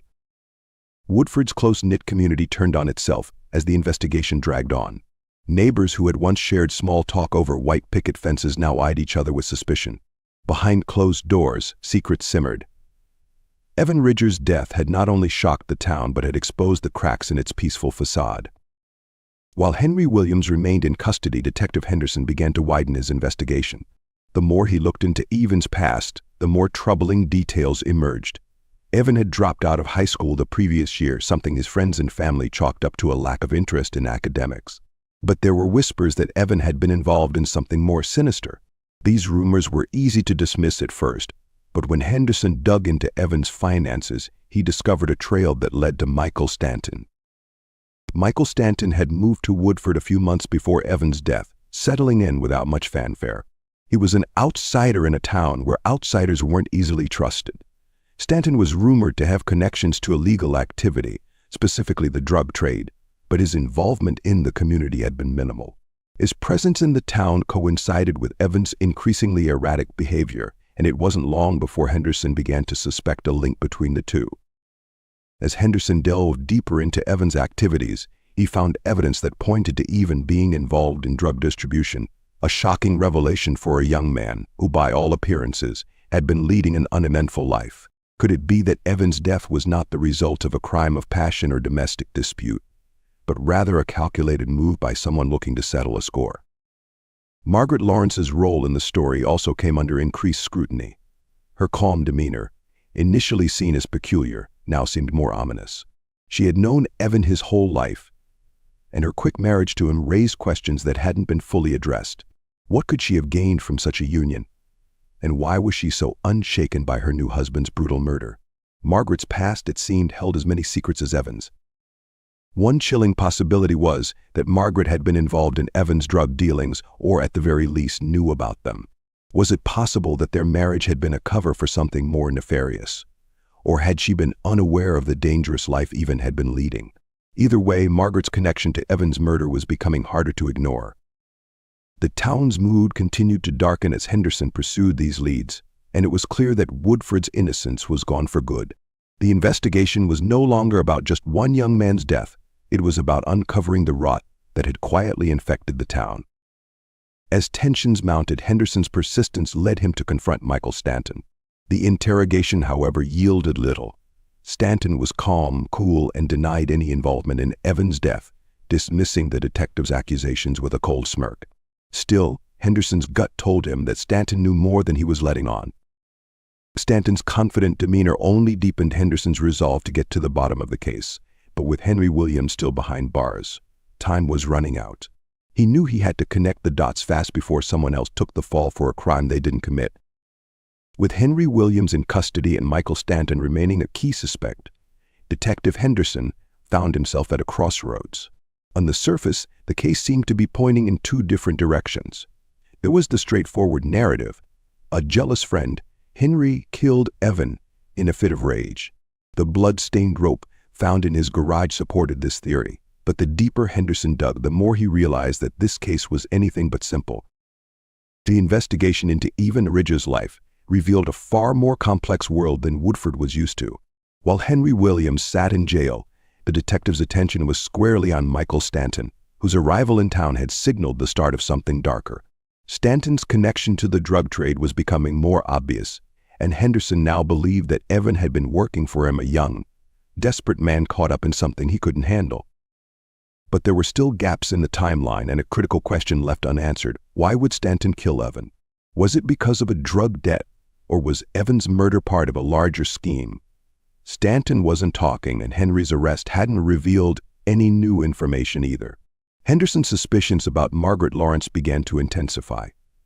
There was something about her relationship with Evan that seemed far more transactional than romantic. He decided to re-examine Margaret's financial records, hoping they would provide clues. What he found was chilling. In the months leading up to their wedding, Evan's bank account had been flush with cash, far more than someone in his position should have had. Margaret, it seemed, had been giving Evan money, large sums that were not reflected in her own bank statements. Henderson suspected that the money had been funneled through her estate, possibly to fund Evan's drug operations. The theory made sense. Margaret, a widow with substantial assets, could have been a silent partner in Evan's illegal activities. If Evan owed Stanton money and if Margaret was bankrolling him, it could explain why Evan had become a target. But if that was the case, why wasn't Margaret a victim as well? Had she known about the murder beforehand, or worse, had she orchestrated it? As Henderson continued to piece together the story, the case grew more tangled. He now had three players: Henry, Stanton, and Margaret, but no clear answer to who had ultimately been responsible for Evan's death. With each passing day, the case grew colder, and Sheriff Carson was becoming increasingly impatient. The town of Woodford, once a sleepy community, was now a hotbed of gossip and unease. People were scared, and they wanted answers. In a desperate move, Henderson decided to release Henry Williams from custody. The evidence against him was strong but circumstantial, and Henderson's gut told him that Henry wasn't the killer. He hoped that Henry's release would draw out new leads or shake loose some truth that had yet to surface. But as Henry walked free, Woodford's residents reacted with outrage. To them, it seemed like the police were letting a murderer go. Sheriff Carson, under pressure from the town's leadership, gave Henderson a strict deadline: either find definitive evidence linking Henry or Stanton to Evan's murder or close the case. But Henderson wasn't about to give up. He knew the answer lay somewhere in the tangled relationships between Evan, Margaret, and Stanton. It was only a matter of time before one of them slipped up. As Henderson pressed on with the investigation, Woodford's fragile peace continued to crumble. Gossip spread like wildfire, fueled by Henry Williams' release. Whispers of police incompetence and conspiracy theories ran rampant through the town. Some believed that Margaret Lawrence had bought her way out of trouble, while others thought that Michael Stanton was pulling strings from the shadows. Despite the noise, Henderson stayed focused on Stanton. With Henry released, Stanton had become the prime suspect once again, but proving his involvement would not be easy. Stanton was a slippery figure, always one step ahead. He had no close ties to the town, no obvious emotional connections to anyone in Woodford, and he seemed to have kept his illegal activities under wraps. But the detective knew that men like Stanton always made mistakes, and it was only a matter of catching him in one. It wasn't until a tip came in from an unlikely source that Henderson's investigation took a sudden turn. Margaret's housekeeper, a middle-aged woman named Donna Harper, approached the police with information that sent shockwaves through the investigation. Donna had worked for Margaret for years, and while she had initially kept quiet, fearing for her job, she could no longer ignore the dark cloud hanging over the house. According to Donna, Margaret's relationship with Evan had been far from what the town imagined. It was no love story. Instead, she described a manipulative dynamic, one in which Margaret exerted control over Evan through financial leverage and, at times, psychological abuse. She detailed how Margaret had often threatened Evan, reminding him that she held the purse strings and could cut him off at any moment. In the weeks leading up to the wedding, Donna had overheard heated arguments between the two, and one conversation stood out above the rest. Margaret had warned Evan that if he didn't follow through on his promises, there would be serious consequences. Henderson now had a clearer picture of the relationship Margaret had been controlling Evan, using her money and status to manipulate him. But what promises had she been referring to? And how did Stanton fit into this? Donna's testimony raised new questions, but it also opened the door to a potential motive. Could it be that Evan had been planning to leave Margaret and the life she had built for him? Perhaps he had been trying to break away from both Margaret and Stanton, which would have made him a target for both parties. With renewed vigor, Henderson went back to Stanton. This time the detective came armed with the knowledge of Evan's failing relationship with Margaret, hoping it would shake something loose. He implied that Margaret had already given the police information, hoping to play the two against each other. Stanton, sensing the walls closing in, became visibly agitated during questioning. His calm demeanor cracked ever so slightly. Henderson knew he was getting close, but it still wasn't enough. The final piece came when Henderson rechecked the forensic evidence from the scene of Evan's murder. The rope that had been found with Evan's blood was initially linked to Henry, but after a more thorough analysis, fibers from Margaret's home were found on the rope as well. It was a small but significant detail, proof that Margaret had some connection to the murder weapon. With the discovery of fibers from Margaret's home on the rope used to strangle Evan, Detective Henderson's suspicions solidified. Margaret Lawrence, once seen as a grieving widow, was now directly connected to the murder scene. But Henderson knew that proving her involvement in the crime would require more than just fibers. He needed to uncover the motive that linked her to the act. As he sifted through Margaret's financial records once more, he found something even more suspicious. A significant transfer of money had been made from one of her accounts just days before Evan's murder, a sum large enough to suggest some kind of payoff. Henderson now had reason to believe that Margaret had either funded the killing or been directly involved in planning it. Margaret's alibi that she had gone to bed early and had seen nothing suspicious began to unravel.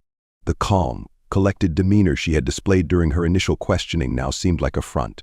Henderson realized that Margaret's control over Evan may have been far more sinister than previously thought. She had manipulated him with money. But what if there had been more? Was it possible that Margaret had orchestrated Evan's murder out of fear that he would leave her or reveal their illegal activities? Henderson decided it was time to confront Margaret again, but this time he would push harder. As he and Sheriff Carson arrived at her home, the tension in the air was palpable. Margaret answered the door with her usual composure, but her eyes betrayed a flicker of anxiety as she noticed Henderson's serious demeanor. Inside, Henderson laid out the evidence, the fibers, the money transfers, the testimony from Donna Harper. Margaret remained calm, but her defenses began to crack. She denied any involvement in Evan's death, but struggled to explain the inconsistencies in her story. Henderson could see that she was rattled, but she wasn't ready to admit anything yet. As the hours of questioning wore on, Henderson shifted his focus. He began to ask more pointed questions about Michael Stanton.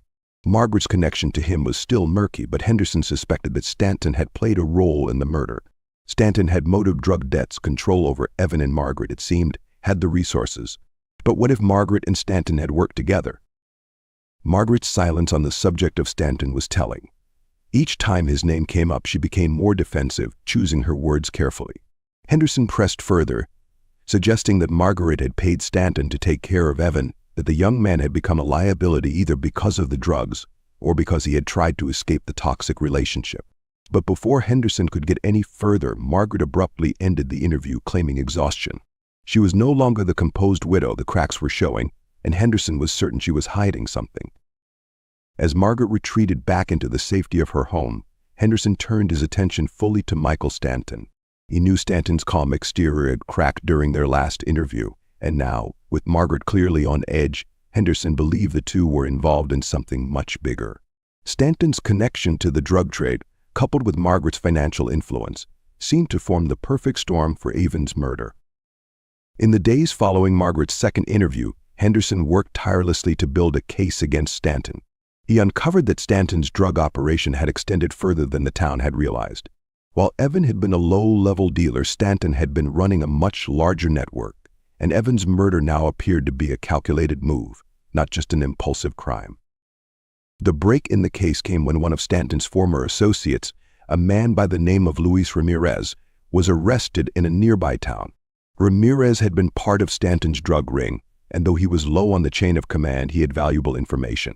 When interrogated, Ramirez revealed that Stanton had been growing increasingly paranoid about Evan's loyalty. According to Ramirez, Evan had expressed interest in leaving town, leaving Stanton's operation behind, and Stanton had interpreted that as a betrayal. Stanton's paranoia had grown in the weeks leading up to the murder. He feared Evan would turn on him or expose the drug operation. Fear, it seemed, had led to Evan's death, but what still didn't fit was Margaret's involvement. So why would she be entangled with a criminal like Stanton? Ramirez provided the missing piece. Evan had apparently confided in Ramirez that Margaret was losing control of him, and Evan was planning to leave her, just as he was planning to leave Stanton. For both of them, Evan's departure posed a serious threat. Margaret stood to lose the money and control she held over him, while Stanton feared that Evan would either expose his operation or simply walk away with a significant debt unpaid. It was Margaret who had approached Stanton, using her financial leverage to persuade him to take care of the problem.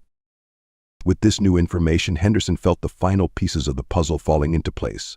Stanton had been the one to physically carry out the murder, but Margaret had orchestrated it from behind the scenes, using her money and influence to rid herself of a husband she could no longer control. It was a sick, twisted partnership, one that ended with Evan's brutal death. Feeling the weight of the evidence closing in, Henderson moved quickly to arrest Michael Stanton. The police raided his home, finding further evidence that tied him to the crime: phone records, texts between him and Margaret, and even bank transfers showing payments from Margaret's account to Stanton's under-the-table dealings. When confronted with this mountain of evidence, Stanton knew there was no escape. After hours of interrogation, he finally confessed. Stanton admitted that Margaret had come to him out of desperation. She had given him money in exchange for his services. It was Stanton who had strangled Evan, leaving his body in the woods, but it was Margaret who had set the plan in motion. With Stanton in custody, Henderson knew it was only a matter of time before Margaret's carefully crafted facade collapsed entirely. It was time to bring her down. With Michael Stanton's confession in hand, Detective Henderson knew that Margaret Lawrence's involvement in the murder of Evan Ridger was all but certain. What remained was for her to face justice. Margaret had constructed an image of herself over the years, a wealthy widow, respected in Woodford, a woman who had married a young man under strange but seemingly innocent circumstances. That image was about to be shattered. The day after Stanton's confession, Henderson and Sheriff Carson returned to Margaret's large, isolated house on the outskirts of town. This time there would be no polite questioning, no subtle insinuations. Margaret Lawrence was no longer simply a suspect. She was the mastermind behind a cold-blooded murder, and Henderson was determined to make her face the consequences. When Margaret opened the door, her once calm exterior was gone. Her eyes were dark with sleeplessness, her face drawn tight with worry. She must have known, Henderson thought, that Stanton's arrest had sealed her fate. The two detectives stepped inside, and Henderson wasted no time. He laid out everything they had: Stanton's full confession, the financial record showing Margaret's payments, the fibers found on the rope, and finally the motive: Margaret's desperation to maintain control over Evan, both financially and emotionally. For a moment, Margaret said nothing, her eyes scanning the papers in front of her, her mind likely racing to come up with some explanation, some way to maintain her innocence. But there was no escaping now. Henderson knew she wouldn't confess easily, but the weight of evidence was undeniable. He could see her crumbling under the pressure. Finally, Margaret spoke. Her voice, once so steady and confident, now wavered with emotion. She denied nothing. Instead, she tried to justify her actions, painting herself as the victim in a relationship where she had given everything: her money, her love, her trust to a young man who had betrayed her. She claimed that Evan had used her, taken advantage of her generosity, and that when she realized he was planning to leave her, she had felt cornered. In her mind, Evan's betrayal was unforgivable, and she had been pushed to the edge. "I gave him everything," she said bitterly, her voice shaking with rage and regret. "He was supposed to be mine."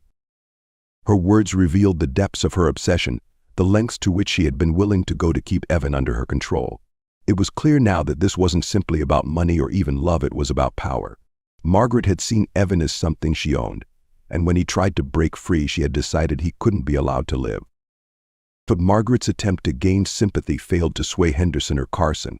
Her motivations, twisted as they were, didn't absolve her of the crime.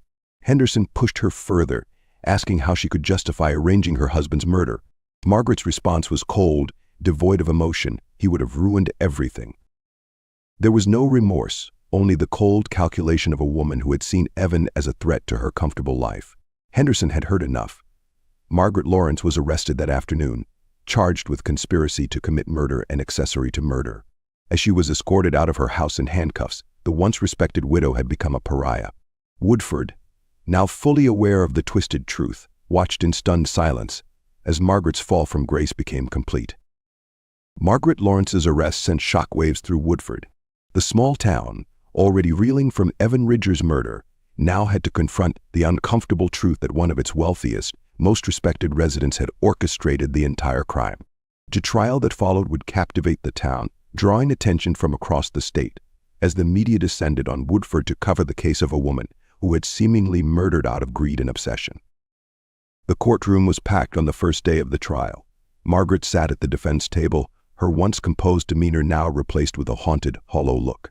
She wore no jewelry, no expensive clothes, just a plain suit that seemed to highlight how far she had fallen. The prosecution, led by District Attorney Linda Faulkner, wasted no time in laying out their case.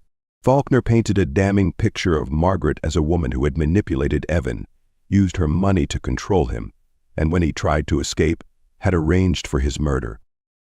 The star witness, of course, was Michael Stanton, now fully cooperating with the prosecution in exchange for a reduced sentence. Stanton testified in detail about his partnership with Margaret. He described how she had approached him, first subtly, then more directly with an offer of money in exchange for handling Evan.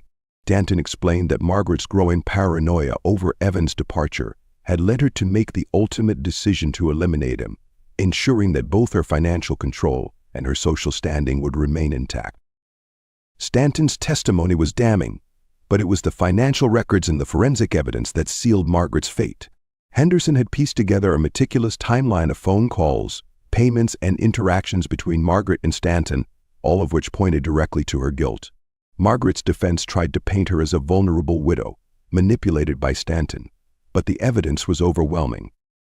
The most powerful moment of the trial came when Donna Harper, Margaret's longtime housekeeper, took the stand. Donna had been a reluctant witness at first, but her testimony about the toxic relationship between Margaret and Evan was pivotal. She described the control Margaret exerted over Evan, her growing anger when Evan began pulling away, and the final threat she overheard in the days leading up to the murder. In a dramatic moment, the prosecution played recordings of phone conversations between Margaret and Stanton, obtained from Stanton's phone after his arrest. The recordings revealed Margaret's cold, calculated instructions to Stanton, thinly veiled under the guise of concern for Evan's behavior. It was clear from these conversations that Margaret had been the mastermind, pulling the strings from behind the scenes. The trial lasted several weeks, but in the end, the jury deliberated for only a few hours. The verdict was clear, guilty on all counts. Margaret Lawrence, once a respected member of Woodford society, was convicted of conspiracy to commit murder and sentenced to life in prison without the possibility of parole. As the sentence was read aloud in court, Margaret remained emotionless, staring straight ahead, her carefully crafted world crumbling around her. With Margaret Lawrence convicted and Michael Stanton behind bars, the town of Woodford tried to return to normal. But the murder of Evan Ridger had left deep scars that would not easily heal. For weeks, the townspeople whispered about the trial, about how a wealthy widow and a dangerous drug dealer had conspired to kill a young man who had once been the pride of the community.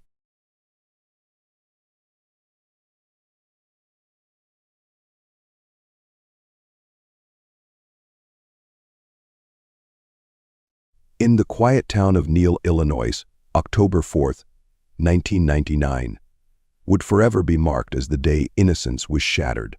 Linda Hart, a beloved figure within the small community, had built a reputation as a kind-hearted woman.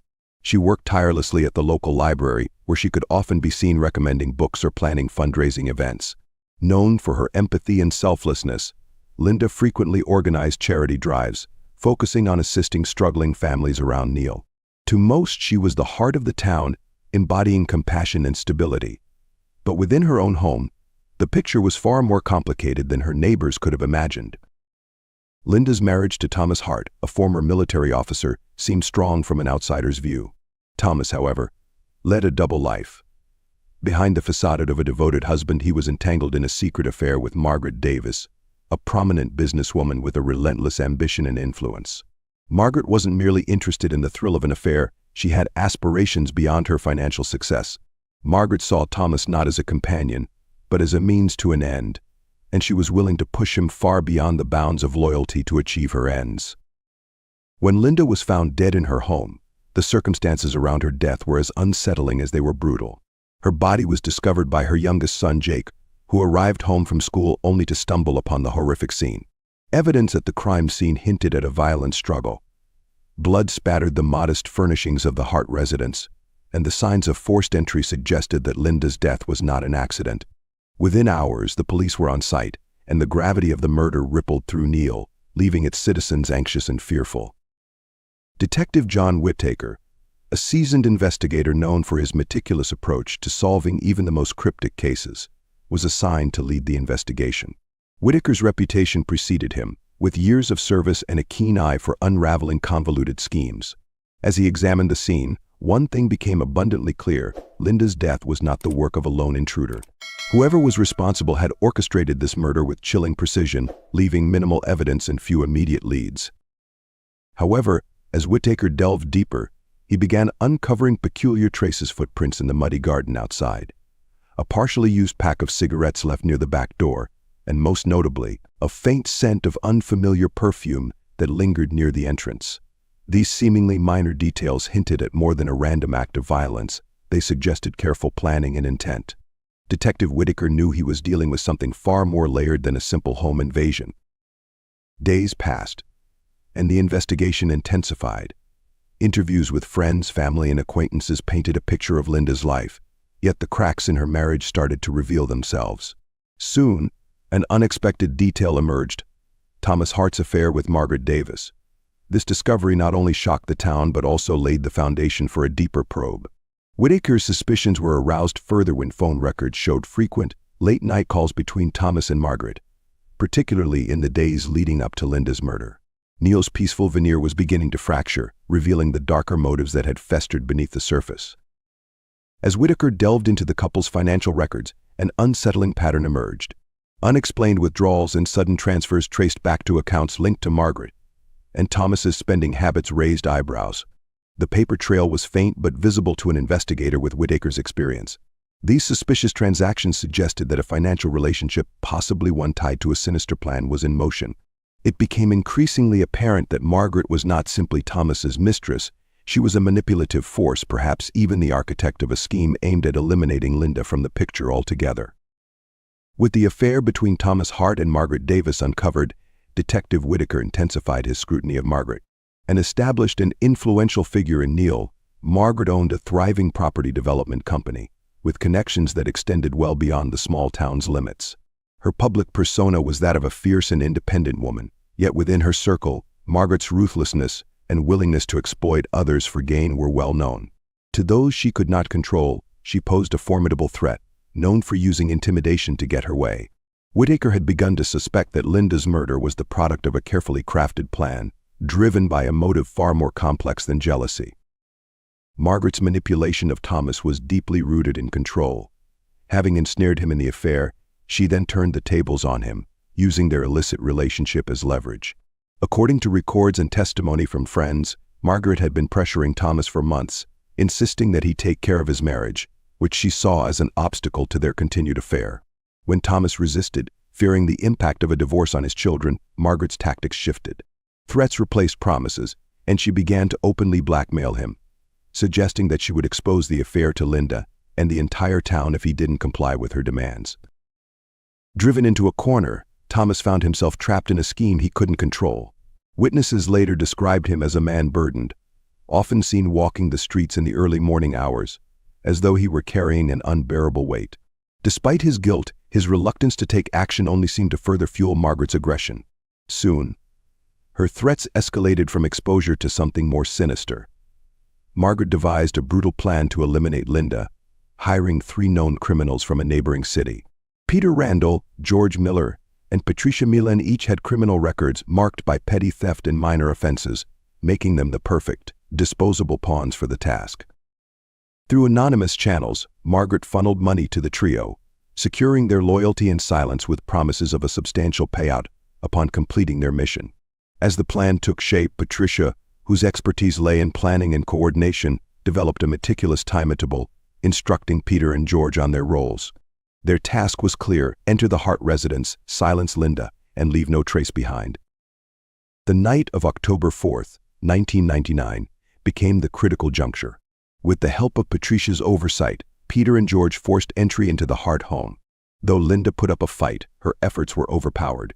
The brutality of the murder suggested both desperation and anger, with Linda's last moments marked by a struggle that left her bruised and bloodied, the home's interior bearing the evidence of a life taken too soon. The murder was swift, yet chaotic, and in their haste, Peter left behind a vital clue: his DNA, smeared on a piece of furniture that had been knocked over during the violent encounter. In the immediate aftermath, Margaret remained resolute, distancing herself from the crime as the shock of Linda's death rippled through the town.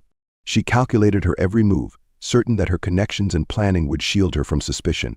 But Detective Whittaker, armed with intuition and persistence, sensed the underlying threads of a conspiracy, and he knew it was only a matter of time before he could connect the evidence to those responsible.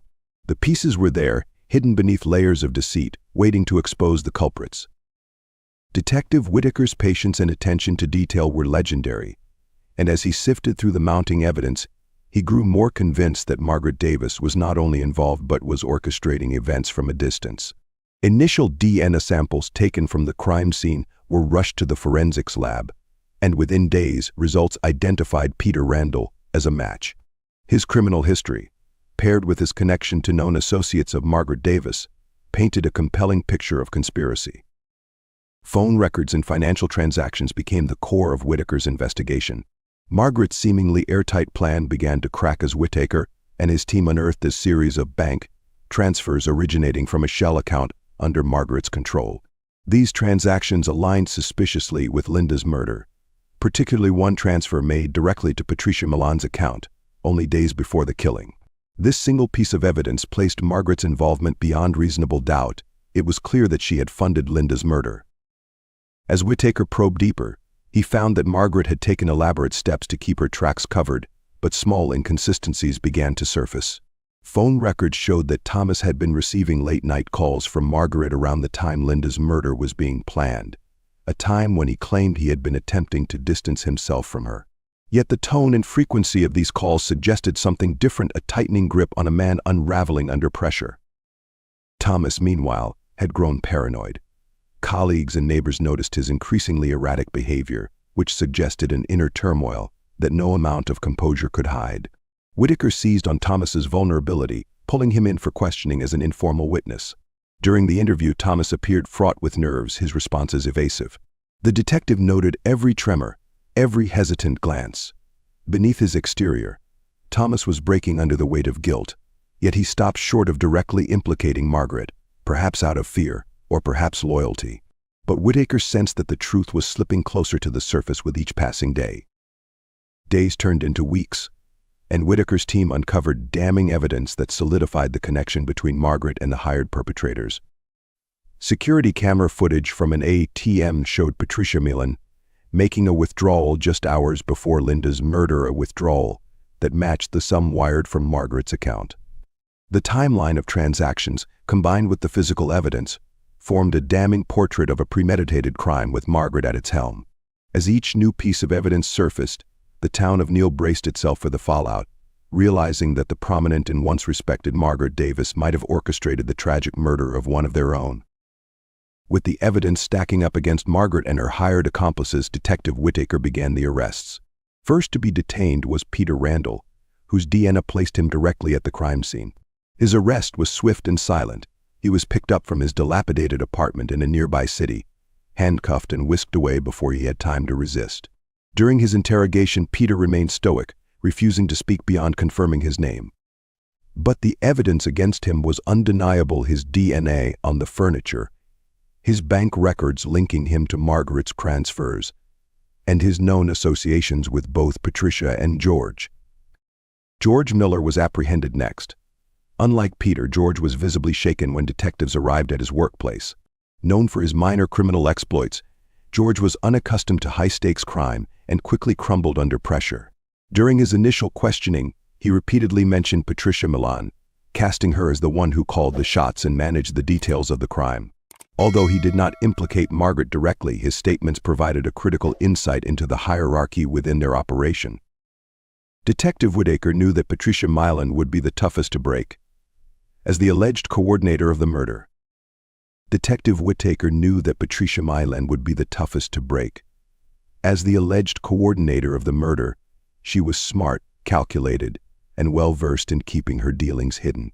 When the police finally located her in a rented apartment outside of Neal, Patricia didn't resist arrest, but her cold demeanor indicated a confidence that rattled even seasoned officers. She met Whitaker's questions with indifference, responding only in clipped, vague answers that revealed little. However, as the pieces of the investigation closed in on her, Patricia's resolve began to falter. In a crucial breakthrough, Whitaker obtained an encrypted notebook from Patricia's belongings, a carefully coded ledger that, once decoded, revealed payment schedules and references to tasks. Though cryptic, one entry had a date matching Linda's murder, along with notes about payments to P&G, believed to be Peter and George. With this evidence in hand, Whitaker was certain he now had Margaret's direct chain of communication with her hired criminals. The ledger linked Patricia to Margaret, and the final puzzle pieces began to fit together. The arrests of Peter, George, and Patricia sent shock waves through Neal, and people could hardly believe that someone as prominent as Margaret Davis could be at the center of such a horrific crime. But as more information trickled into the public eye, whispers grew louder. People recalled the subtle tension between Margaret and Linda, the strange way Margaret's business interests often veered into morally questionable territory. Speculations brewed over how deep her connections went, and why Thomas had allowed himself to become tangled in Margaret's schemes. The air was thick with anxiety, as if the whole town were watching the case unfold in slow motion, their trust shattered in someone they once held in high esteem. Detective Whitaker knew it was time to move on Margaret herself, the alleged mastermind. He arrived at her office with an arrest warrant in hand, accompanied by 2 officers. Margaret maintained her composure, smiling politely at Whitaker as if this were merely an inconvenience. As she was escorted from her office in handcuffs, reporters and townsfolk alike gathered outside, their disbelief giving way to anger and resentment. Margaret had always prided herself on her reputation, and now, before the entire town, her downfall played out in a public display of betrayal and shame. The trial was set to be the most high-profile case Neal had ever seen. The courtroom was packed with reporters, locals, and curious onlookers who had followed every twist in the investigation. Thomas Hart was called as a witness, his role ambiguous but crucial. He looked haggard, years older than his actual age, and the weight of the guilt was visible in his demeanor. On the stand, he answered questions with evident reluctance, admitting to his affair with Margaret and confessing that he had been blackmailed by her for months. However, he insisted he had never intended for any harm to come to his wife, describing his role as a passive one, albeit complicit by silence.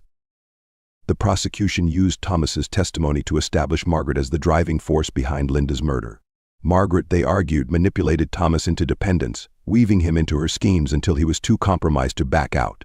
They painted her as a woman who saw people as pawns, each used to further her own agenda. Margaret's defense team, however, claimed that there was no direct evidence linking her to the crime, asserting that she had merely had a relationship with Thomas and nothing more. However, the prosecution's case grew stronger with each witness, particularly Patricia Milan, who had ultimately struck a deal in exchange for a reduced sentence. Patricia revealed details of the planning stages of the murder, implicating Margaret as the one who had orchestrated every step. According to Patricia, Margaret's hold over Thomas was chilling. She described Margaret as a master manipulator who threatened, coerced, and intimidated anyone who dared cross her. Patricia's testimony, combined with the financial records and evidence from the crime scene, made it nearly impossible for Margaret's defense team to dismantle the prosecution's argument. Finally, Whitaker presented the crucial ledger found in Patricia's possession. As the prosecution laid out each detail, the audience could see the meticulous planning that went into the crime, leaving no doubt that this was no crime of passion but a calculated, heartless act. The court listened in silence, and Margaret, for the first time, appeared shaken, her facade crumbling under the weight of undeniable evidence. By the trial's end, the outcome seemed inevitable. Margaret was found guilty of first-degree murder and sentenced to life without parole, ordered to pay restitution to the Hart family. Peter Randall received a life sentence, while George Miller received 25 years due to his cooperation and lesser role. Patricia Milan, instrumental in exposing the plot, was sentenced to 40 years, with the possibility of parole after 25. The trial's end marked a close to a harrowing chapter for the town of Neal, yet its scars ran deep. Linda's family mourned, not only her tragic death but the destruction of their family at the hands of deceit and greed. As for Detective Whittaker, he returned to his routine, but his role in exposing this tragedy became a part of his legacy, a case that would serve as a warning and a lesson in training programs across Illinois. In the aftermath, Linda's law was passed, tightening penalties on harassment and establishing new protective measures for victims of blackmail and coercion. The courtroom verdict might have closed the legal chapter of Linda Hart's murder, but for the residents of Neal, Illinois, the effects of the crime continued to linger like a dark shadow over the town. As the news of Margaret's sentencing settled in, people in Neal found themselves grappling with feelings of betrayal, anger, and disbelief. Margaret Davis, a woman who had once embodied success and prestige, was now a convicted murderer, stripped of her reputation and left to face life in prison. In the weeks that followed, conversations at local cafes and church gatherings circled endlessly around the case. The townsfolk who had once admired Margaret's business success and charm now looked back and questioned everything they thought they knew about her. Parents warned their children to steer clear of ambition without compassion, and Margaret's family, humiliated and shunned, eventually left Neal altogether. Her estate, which had once been the centerpiece of her influence, went up for sale, attracting sightseers more than buyers. Thomas Hart, meanwhile, struggled to rebuild his life, burdened by the consequences of his actions.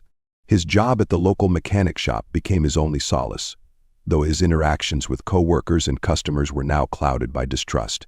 His two children, especially Jake the youngest who had found Linda's body, were left with deep psychological scars.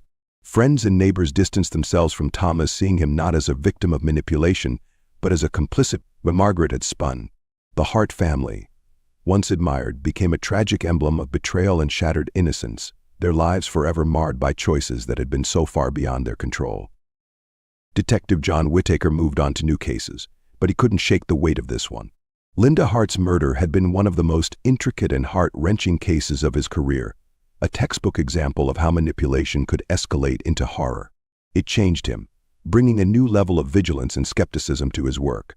His detailed notes and reports from the case would later serve as a basis for training materials in police academies across Illinois, a reminder to law enforcement officers of how even small-town crimes could conceal layers of planning and premeditation. The tragedy of Linda Hart's murder reverberated far beyond Neal's town limits. In the months after the trial, Illinois' lawmakers began discussions around a new piece of legislation, inspired by the manipulation and coercion that had ultimately led to Linda's death. Linda's Law, as it came to be known, aimed to tackle the gaps in the legal system that had allowed individuals like Margaret Davis to evade scrutiny of harassment, blackmail, and coercion. Linda's Law focused on expanding the definitions of harassment and introducing harsher penalties for anyone proven to engage in blackmail that could lead to harm. It provided police departments with broader investigative powers in cases of domestic threats and introduced special training for officers, teaching them to recognize signs of coercive control and psychological abuse. Law enforcement agencies across Illinois were mandated to follow specific protocols in cases where one partner showed signs of manipulating or threatening the other, even if no physical violence had occurred. Linda's Law was hailed as a landmark piece of legislation. Advocates for domestic violence victims saw it as a breakthrough that recognized the deadly potential of psychological abuse. Though Linda's case was tragic, her name became synonymous with the movement for increased protections and vigilance, an enduring symbol for those fighting against coercive relationships and manipulation. Whittaker, deeply moved by the impact of the case, was invited to deliver training sessions based on his experience with the investigation. He recounted every painstaking detail, the careful unraveling of Margaret's motives, the slow but certain linking of evidence to Thomas, and the relentless pursuit of justice for Linda. For the officers in training, Whittaker's account served as both a sobering warning and a lesson in the importance of patience, precision, and empathy when investigating crimes born out of personal manipulation and greed. For Neal's community, Linda's Law represented not only the legacy of a cherished woman, but a hope that no other family would have to endure betrayal that had destroyed the Harts. Years passed, but the tragedy that befell Linda Hart remained etched in the memory of Neil, Illinois. The events surrounding her murder, the arrests, and the subsequent trial were gradually absorbed into the town's history, but they never truly faded. Every October 4th, the townsfolk held a quiet vigil in Linda's honor, gathering at the library where she had devoted so much of her time and energy. Surrounded by flowers, candles, and quiet reflections, Linda's legacy as a compassionate soul dedicated to her community endured. Thomas Hart, still living in Neil, lived a quiet and solitary life, working odd jobs and carrying the burden of a past he could never fully escape. His children, especially Jake, bore their own scars. Jake had struggled to reconcile the loss of his mother and the bitter truth about his father's role in it. After years of therapy and moving away for school, he eventually found peace, though it took time and distance from Neil to heal. Jake rarely returned to the town, but he never missed sending flowers to the vigil each October. Margaret Davis's life sentence brought some solace to the Hart family, but for those who had known her, the memory of her betrayal served as a lesson in the dangers of unchecked ambition and manipulation. Her case continued to be studied by criminologists and psychologists alike, her calculated actions illustrating the darkness that could lie beneath a charming exterior. She remained in prison, a figure of both infamy and caution, rarely seeing visitors or making any contact with the outside world. In time, even her family distanced themselves, eager to escape the shadow of her crimes. Detective John Whitaker continued his career with a newfound commitment to understanding and addressing the nuances of psychological abuse and manipulation. Linda's Law became a cornerstone of his work, inspiring police departments across Illinois to take coercive control and blackmail as seriously as physical violence. Whitaker retired a decade after Linda's case, but he remained involved in police training, using her story to teach younger officers the importance of seeing beyond the surface in every case. In Neil, Linda's Law took on a profound significance as locals saw it as a tribute to a woman who had exemplified kindness, only to fall victim to betrayal. The law became a part of Illinois' legacy, extending protections for those vulnerable to emotional manipulation. Linda's story was more than a case, it was a reminder of resilience, justice, and the power of change in the face of tragedy. The town eventually returned to its rhythm, but Linda's memory lingered as a gentle presence. Her portrait hung in the library, a plaque beneath it inscribed with the words, "In memory of Linda Hart, a light that shines through kindness, remembered always." It became a place of quiet reflection, a space for townsfolk to recall that, even in the darkest times, justice could prevail, and from grief, lasting change could emerge. Years after the case that had changed Neil forever, the town had settled back into its familiar calm, though Linda Hart's story was woven deeply into its fabric. The library, where she had spent countless hours working and giving back, was renamed the Linda Hart Community Library, symbolizing her enduring legacy. The shelves were filled with books she had once recommended, with a small corner dedicated to her memory, a place where children gathered for story hour, families donated books, and townsfolk came to read and reflect. Detective John Whitaker, now retired, often visited the library. He'd find a quiet spot near the plaque dedicated to Linda, a reminder of the case that had shaped not only his career but also his understanding of the human capacity for both darkness and redemption. He sometimes spotted Jake Hart, who would return to Neil quietly, visiting on Linda's anniversary or leaving flowers on her plaque. Jake had grown into a resilient young man, moving past the trauma that had marked his early years and working with charities focused on supporting children who had suffered similar losses. Linda's legacy lived on through him in ways she would have been proud of. Linda's Law, meanwhile, had left a lasting impact across Illinois, becoming a landmark in legislation that other states sought to replicate. Cases involving coercive control, blackmail, and harassment were now treated with heightened seriousness, giving victims the legal support Linda hadn't had. Law enforcement agencies across the state incorporated Linda's Law training modules, focusing on identifying the warning signs of psychological abuse and manipulation. Detective Whitaker's case notes and detailed reports served as valuable materials, educating a new generation of officers on the complexities of such crimes. For the people of Neil, Linda's memory was a bittersweet symbol of kindness and resilience. Her story was no longer only one of tragedy, but of transformation.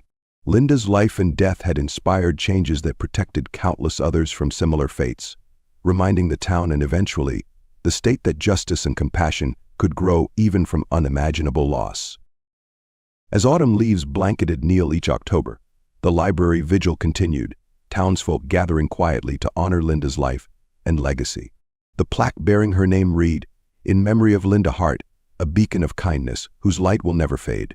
It was a small, steady reminder that although her life had been taken too soon, the values she lived by had taken root, leaving behind a legacy that would guide and protect others for generations to come.